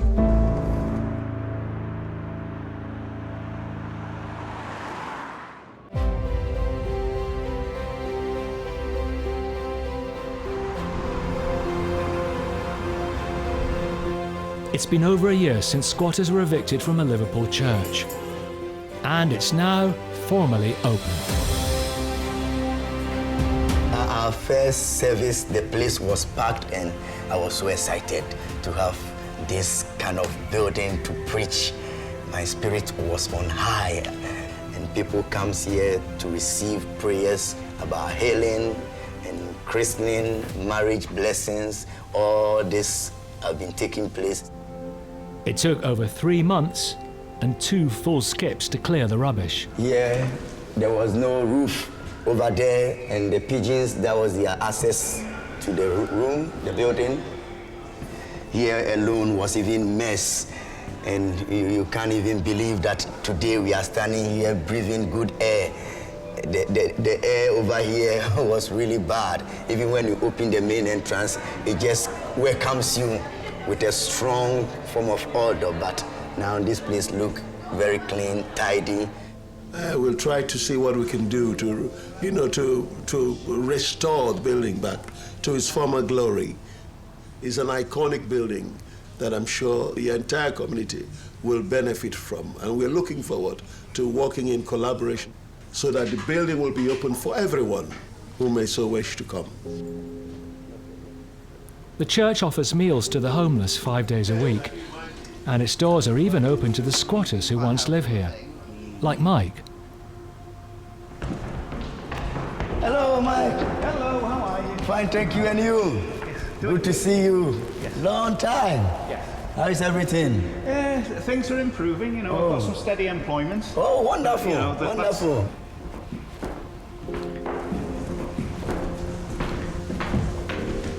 He used to squat in this room, and now we have... Oh, wow! It's lovely. Very nice. Very nice indeed, yes. Yes. Yeah, very good. Good, good. Are you surprised? Yes, I am. Oh, good. It's excellent. The room is now used for Sunday school. It's being well cared for. The building is greatly improved. I think so. Good. I'm impressed.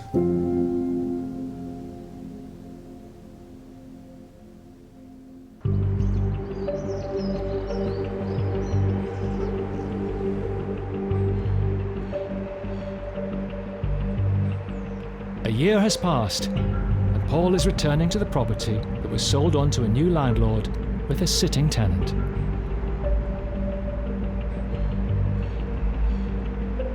Paul has finally managed to persuade the tenant, who wasn't paying any rent, to leave, but he doesn't know what kind of condition she's left it in. In all, she lived in this house about 2 years, never paid any rent. So the first landlord, it took a burn at 18, 20 months. And the new landlord has had no rent in the 4 months he owned it, which we're not overly worried about. Main job was to get the house back.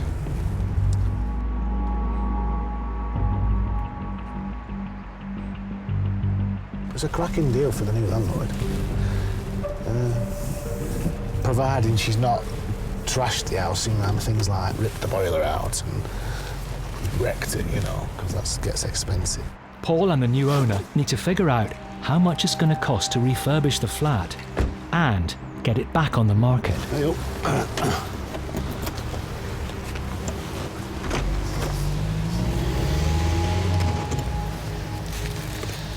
Oh, it stinks. God. She's left a right mess.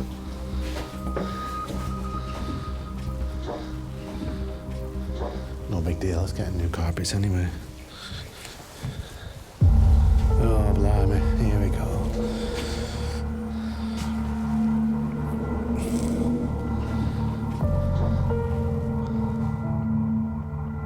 So she left us a right mess to deal with here.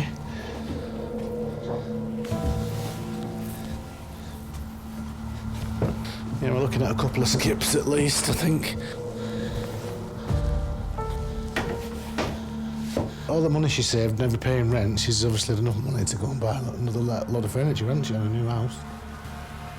I'll tell you. How far to live.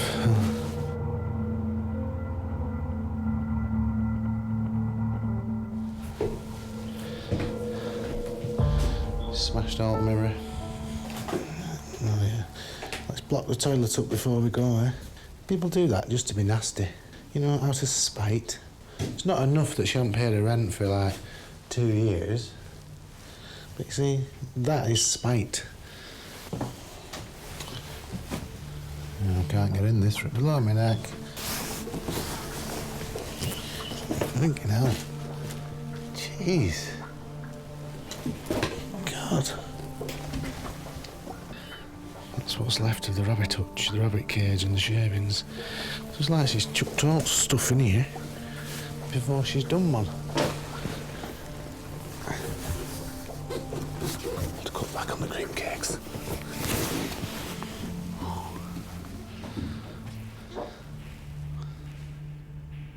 This explains the mess.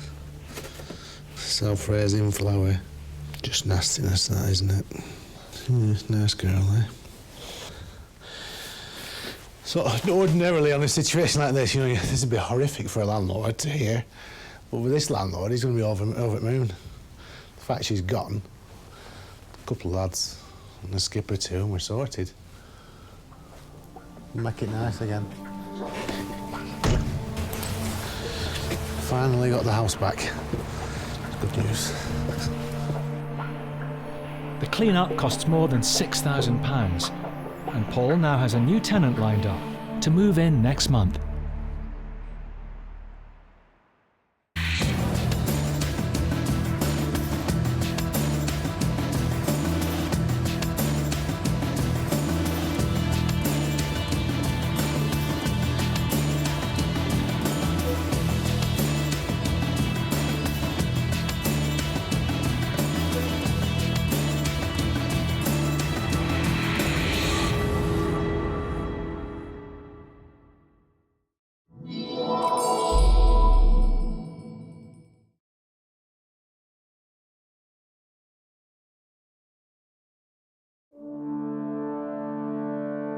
Britain's rental market is at breaking point.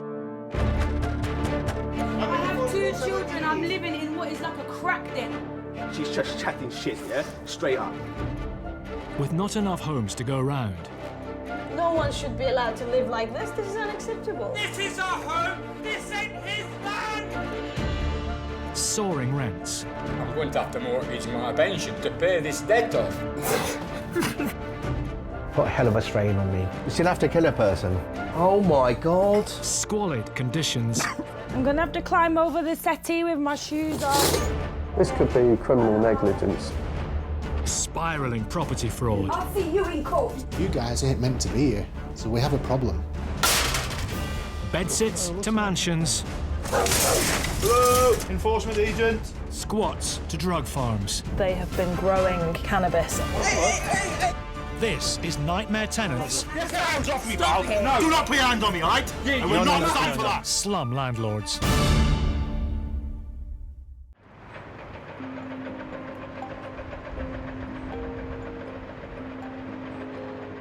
A letting agent's job is to find tenants on behalf of the landlord and, in theory, hand over the rent. But with London's rental market bursting at the seams, a few unscrupulous agents have spotted an opportunity to exploit landlords and tenants alike, leaving misery in their wake.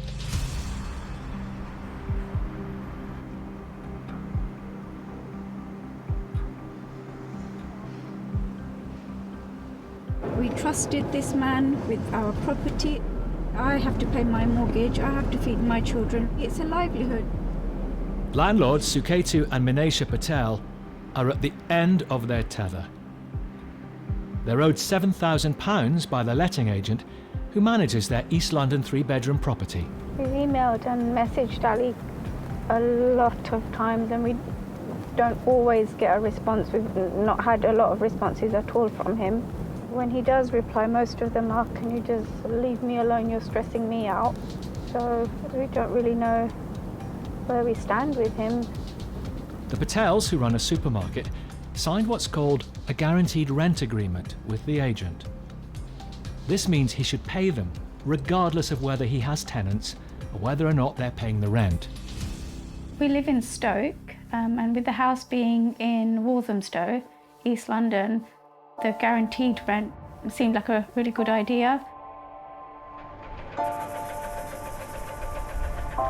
Now they've contacted Paul Champlina of Landlord Action for help.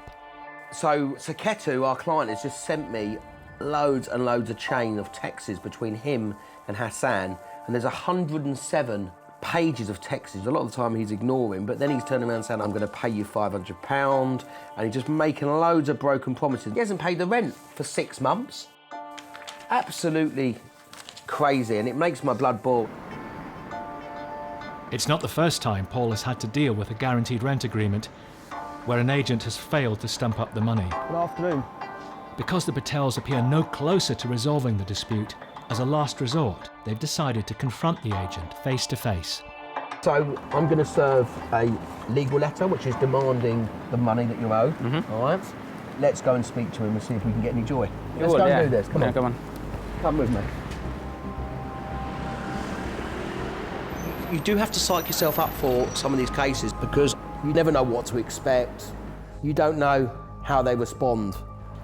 Here we go. Ready? Let's go. Let's go. Hello. Is Ali in, please? Hi, Ali. You okay? Hi. I'm from Landlord Action. I'm from Landlord Action. I'm with Mr. and Mrs. Patel. Yeah. With regard to the property. Yeah. Around the corner. Yes, sir. So what's happening?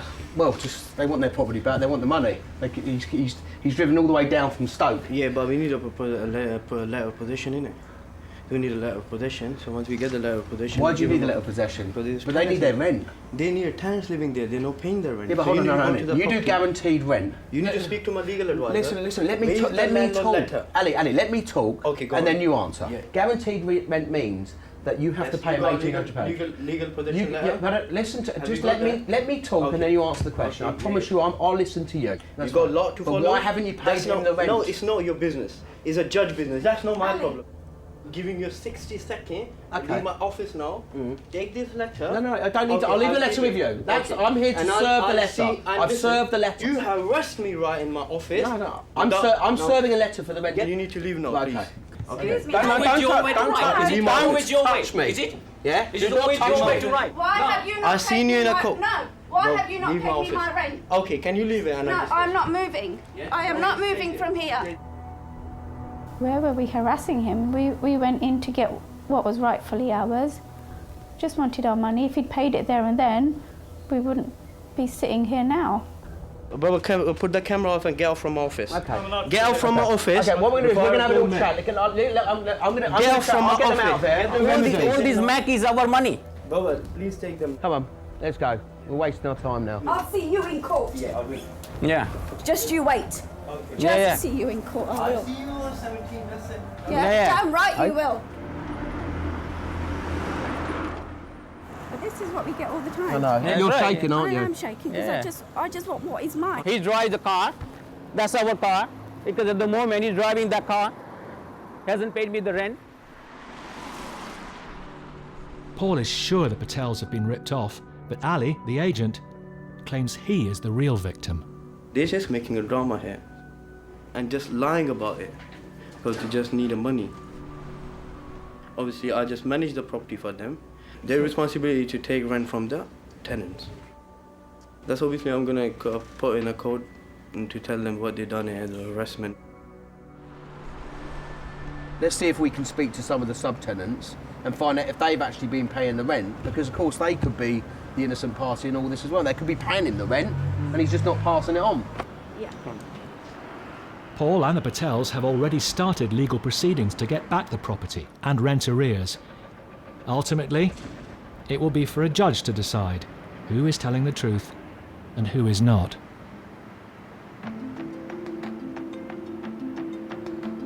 Four out of 10 landlords complain that tenants who damage their properties are their biggest bugbear. Letting agents are often caught in the middle.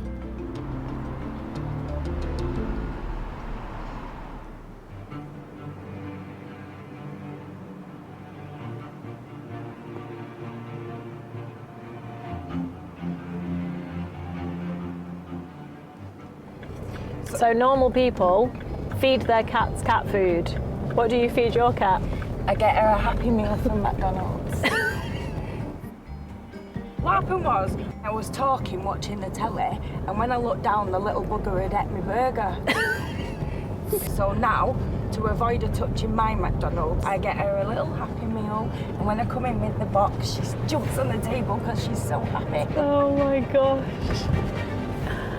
You're mad.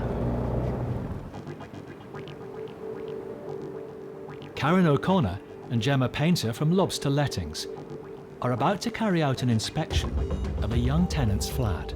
We've had some complaints from the council on this one because of, what was it? Rubbish in the back garden. Rubbish in the back garden. So they've complained to us twice now and we've notified the tenant, but they failed to do anything about it.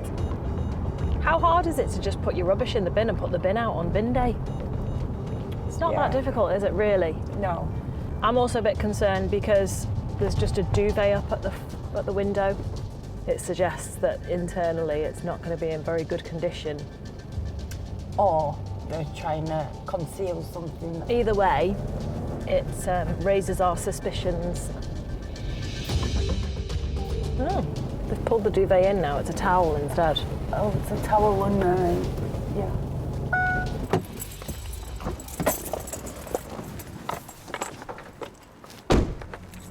It can be quite intimidating going into properties when you don't know what's there, what's behind the door, who you're going to come across, what you're going to find. That's very odd. They've definitely got curtains, look, because they're grey ones, but why have they got a towel as well?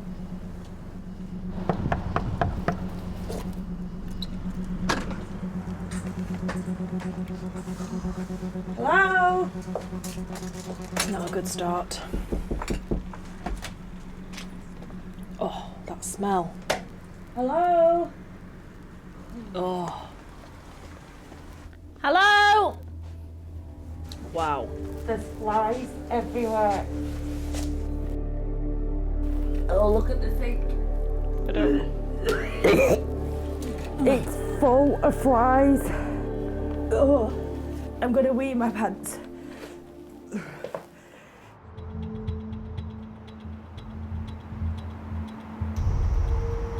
You've been bitten all over. What is it, fleas? On what? There's no animals.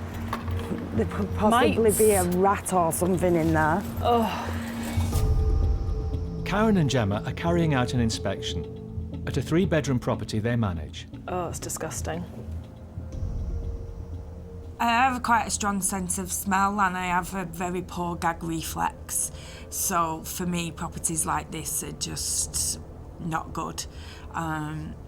I could taste the smell. I struggle to not be sick. Go on, come on, have a look. The fruit flies all over the... Why? Why would you leave your food like that? I don't know if there was maggots or rice, but the contents of the sink were not pleasant. It had blocked the drain, so there was sewage and water all over the backyard. The smell was just horrendous. Hello?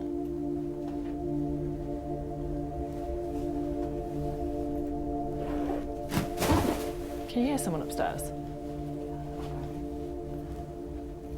Hello? We thought it was empty. Should we go upstairs? We hear a noise upstairs and we thought, has she got a cat? Is there a dog? Is there someone upstairs? Are they in bed?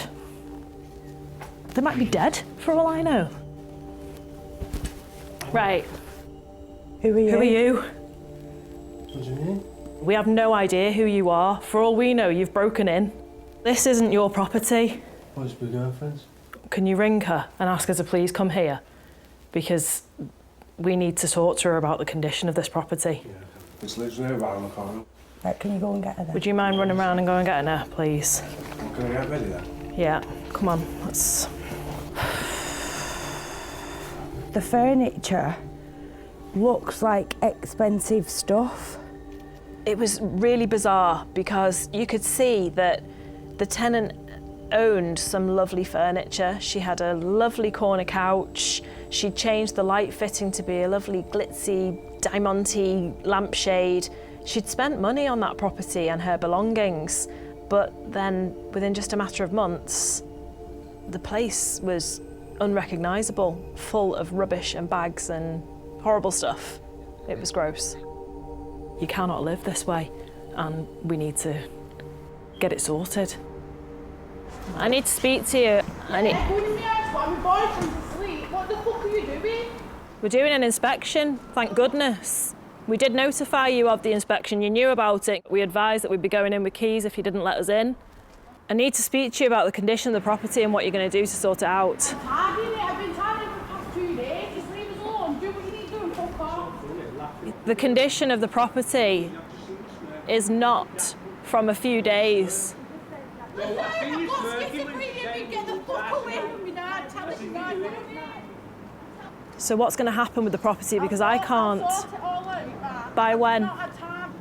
The last thing I want is on top of all of this for you to be homeless, which is the next stage, because I can't go back to the landlord and tell him that property is in good order. So I need to know what you're going to do about it. I'll fix everything. Sort the back door. By when? I'll sort it right now. Because the issue is that the council have already issued 2 notices about the back garden and the rubbish, and that hasn't been dealt with, which doesn't give me much confidence that this will be sorted. Because to live in that condition of the property is not healthy for you either. We need to seriously get some help.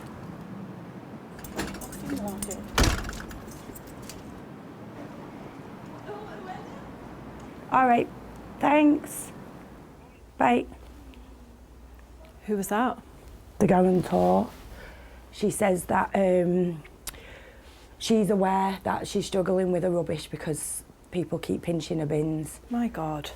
I said, this isn't just pinching bins, this is somebody who needs help. So I've just asked her if I could go around and show her the pictures and discuss it further. Right. So she said, yeah. The tenant's contract was secured by a guarantor, her grandmother. If the tenant defaults, she's liable for rent, damages, and any other outstanding bills during the tenancy. keen to see if she can help, they pay her a visit. Hello. So we just went today because it was just a standard inspection. Yeah, I know all about that. So we've gone round and you can't actually breathe because of the amount of flies that are in there. Right. We'll show the pictures. So this is the kitchen floor. Right. These are all the worktops, which is the sink. There's these are all flies. Yeah, she's told me all about them, yeah. But the flies are there because of the rubbish. And it's throughout the house, it's just pure filth. There's poo on the floor. Right. The neighbours have approached us today because they can smell it through the little son's bedroom. Next door. Next door. Right. You can't possibly tell me that this is okay. No, I'm not saying it's okay. And I am not saying that. Something needs to happen. Someone needs to get involved. She's going to go back and she's going to scrub their house. She needs to bag everything up and pay for somebody to come. It might cost a couple of £100, the amount of bags that there are, but somebody needs to dispose of this. I agree. I've seen it all now, and I agree. Now that you're aware, yeah. Great. The last thing we want is for things to escalate even more, and then we're backed into a corner where we say, you know what, we're just going to serve notice, you've got to go. Yeah. And I don't want that to happen. So let's say we'll come back in a week. In a week. Okay? All right. So I'll leave it with you. Okay. All right. Thanks very much for seeing us.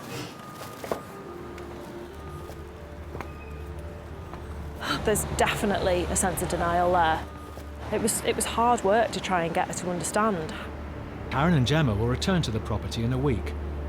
If the problems haven't been rectified, they'll have to begin the eviction process to get the tenant out.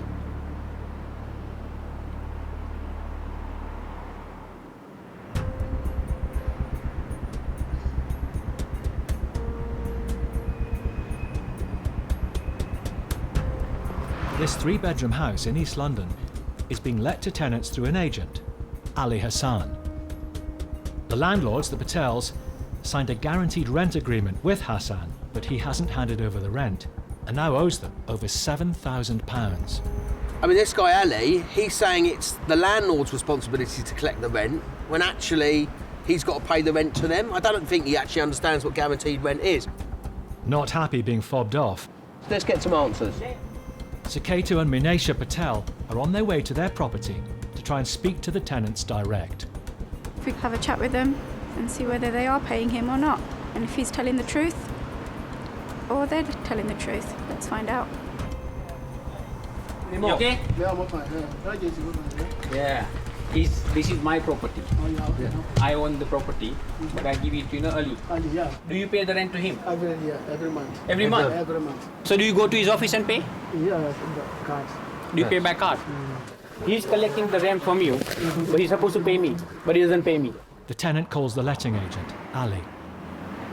I'm outside now. You're all here with me. Let me give to me. Maybe no one will see. Ali, talk to me. Why are you talking to him, Mike? You are the one who lying. You such a lying git. Why he's paid you the rent? Non Mr. Patel me, Mike. You last 3 months haven't paid me because last 6 months you've been telling him they haven't paid you. He's been lying to us all this time. He was actually getting the money from the tenants. Someone like Ali shouldn't actually be operating this kind of a business. It's a complete sham. By saying I haven't got the money, I need to borrow it from somebody, I need to do this, I need to do that, I have kids. We're all in that situation. We've all got families, we all need to pay a mortgage. We've all got bills to pay. That's right.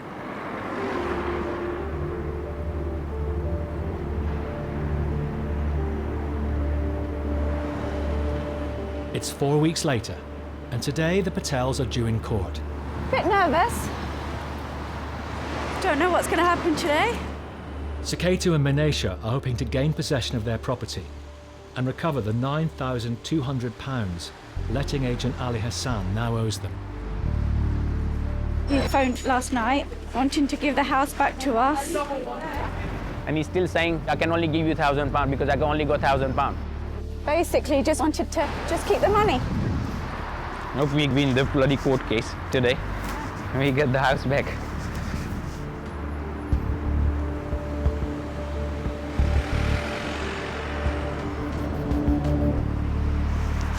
Good news. Went in our favour, got it back. Yeah, we got it back. We happy now. Thankfully, Ketu and Manisha got their possession order, Ali said he was going to turn up at court. We went to the office. He wasn't there.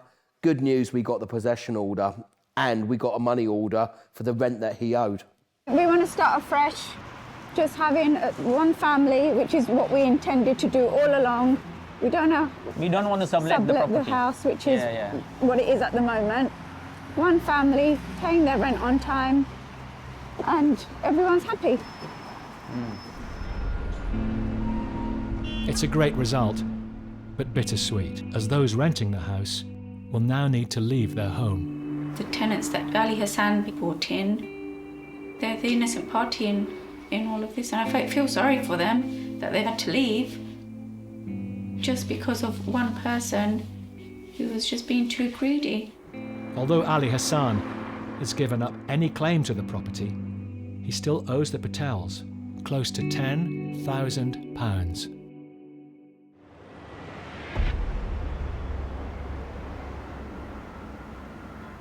It's 3 days later, and Paul's back in East London. Come over here. I was in Walthamstow doing another case, and who should be driving around in his Porsche was Ali. I went up and I had words with him. Listen, I've got to pay the money, man. I want to do a deal with you. I'll negotiate. I'll set it. I need to pay this. So we've got a money order against you. So if I enforce it, I'll ruin your credit rating. Right? So let's do a deal. Okay? All right? Cheers. Take care. Bye.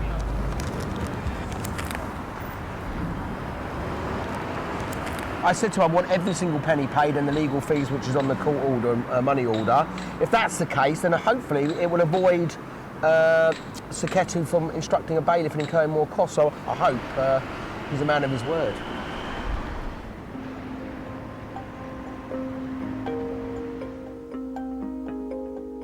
Afterwards, Paul calls Ali to discuss when he intends to pay the money.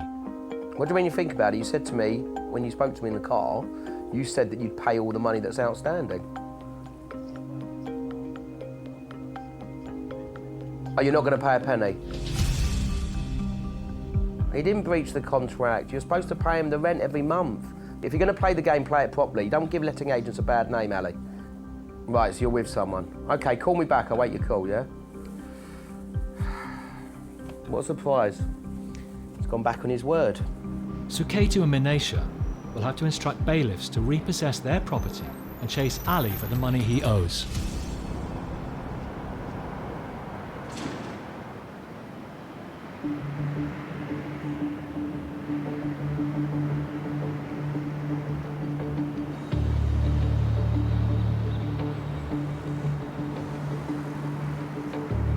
The landlord's pulling his hair out. He just wants his flat back and the tenant gone.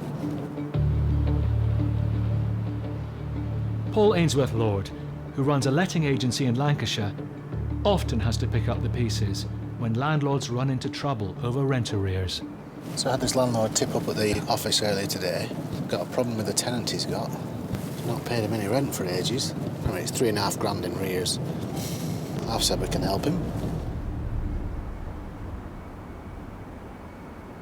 Hey, Mr. Kyle, which one is it? This on the corner, other side. OK. Unable to contact the tenant, Paul and landlord Mohammed Khan want to find out what's going on at this one-bedroom flat. Oh, have you had a look to see if he's in or anything? I haven't known now, but before I went to you. Oh, yeah? There's nobody in there. OK. Mohammed believes the tenant, Roman, hasn't been living in the property for months. He's worried he may have abandoned it. We'll just see how we go.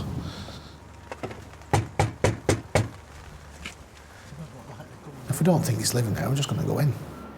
We're not getting any rent. We're not messing about. We're just going to go in and have a look. It don't look like they come and go much, does it? No, no.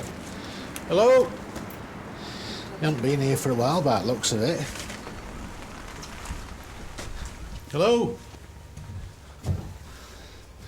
They always leave big tellies behind, don't they?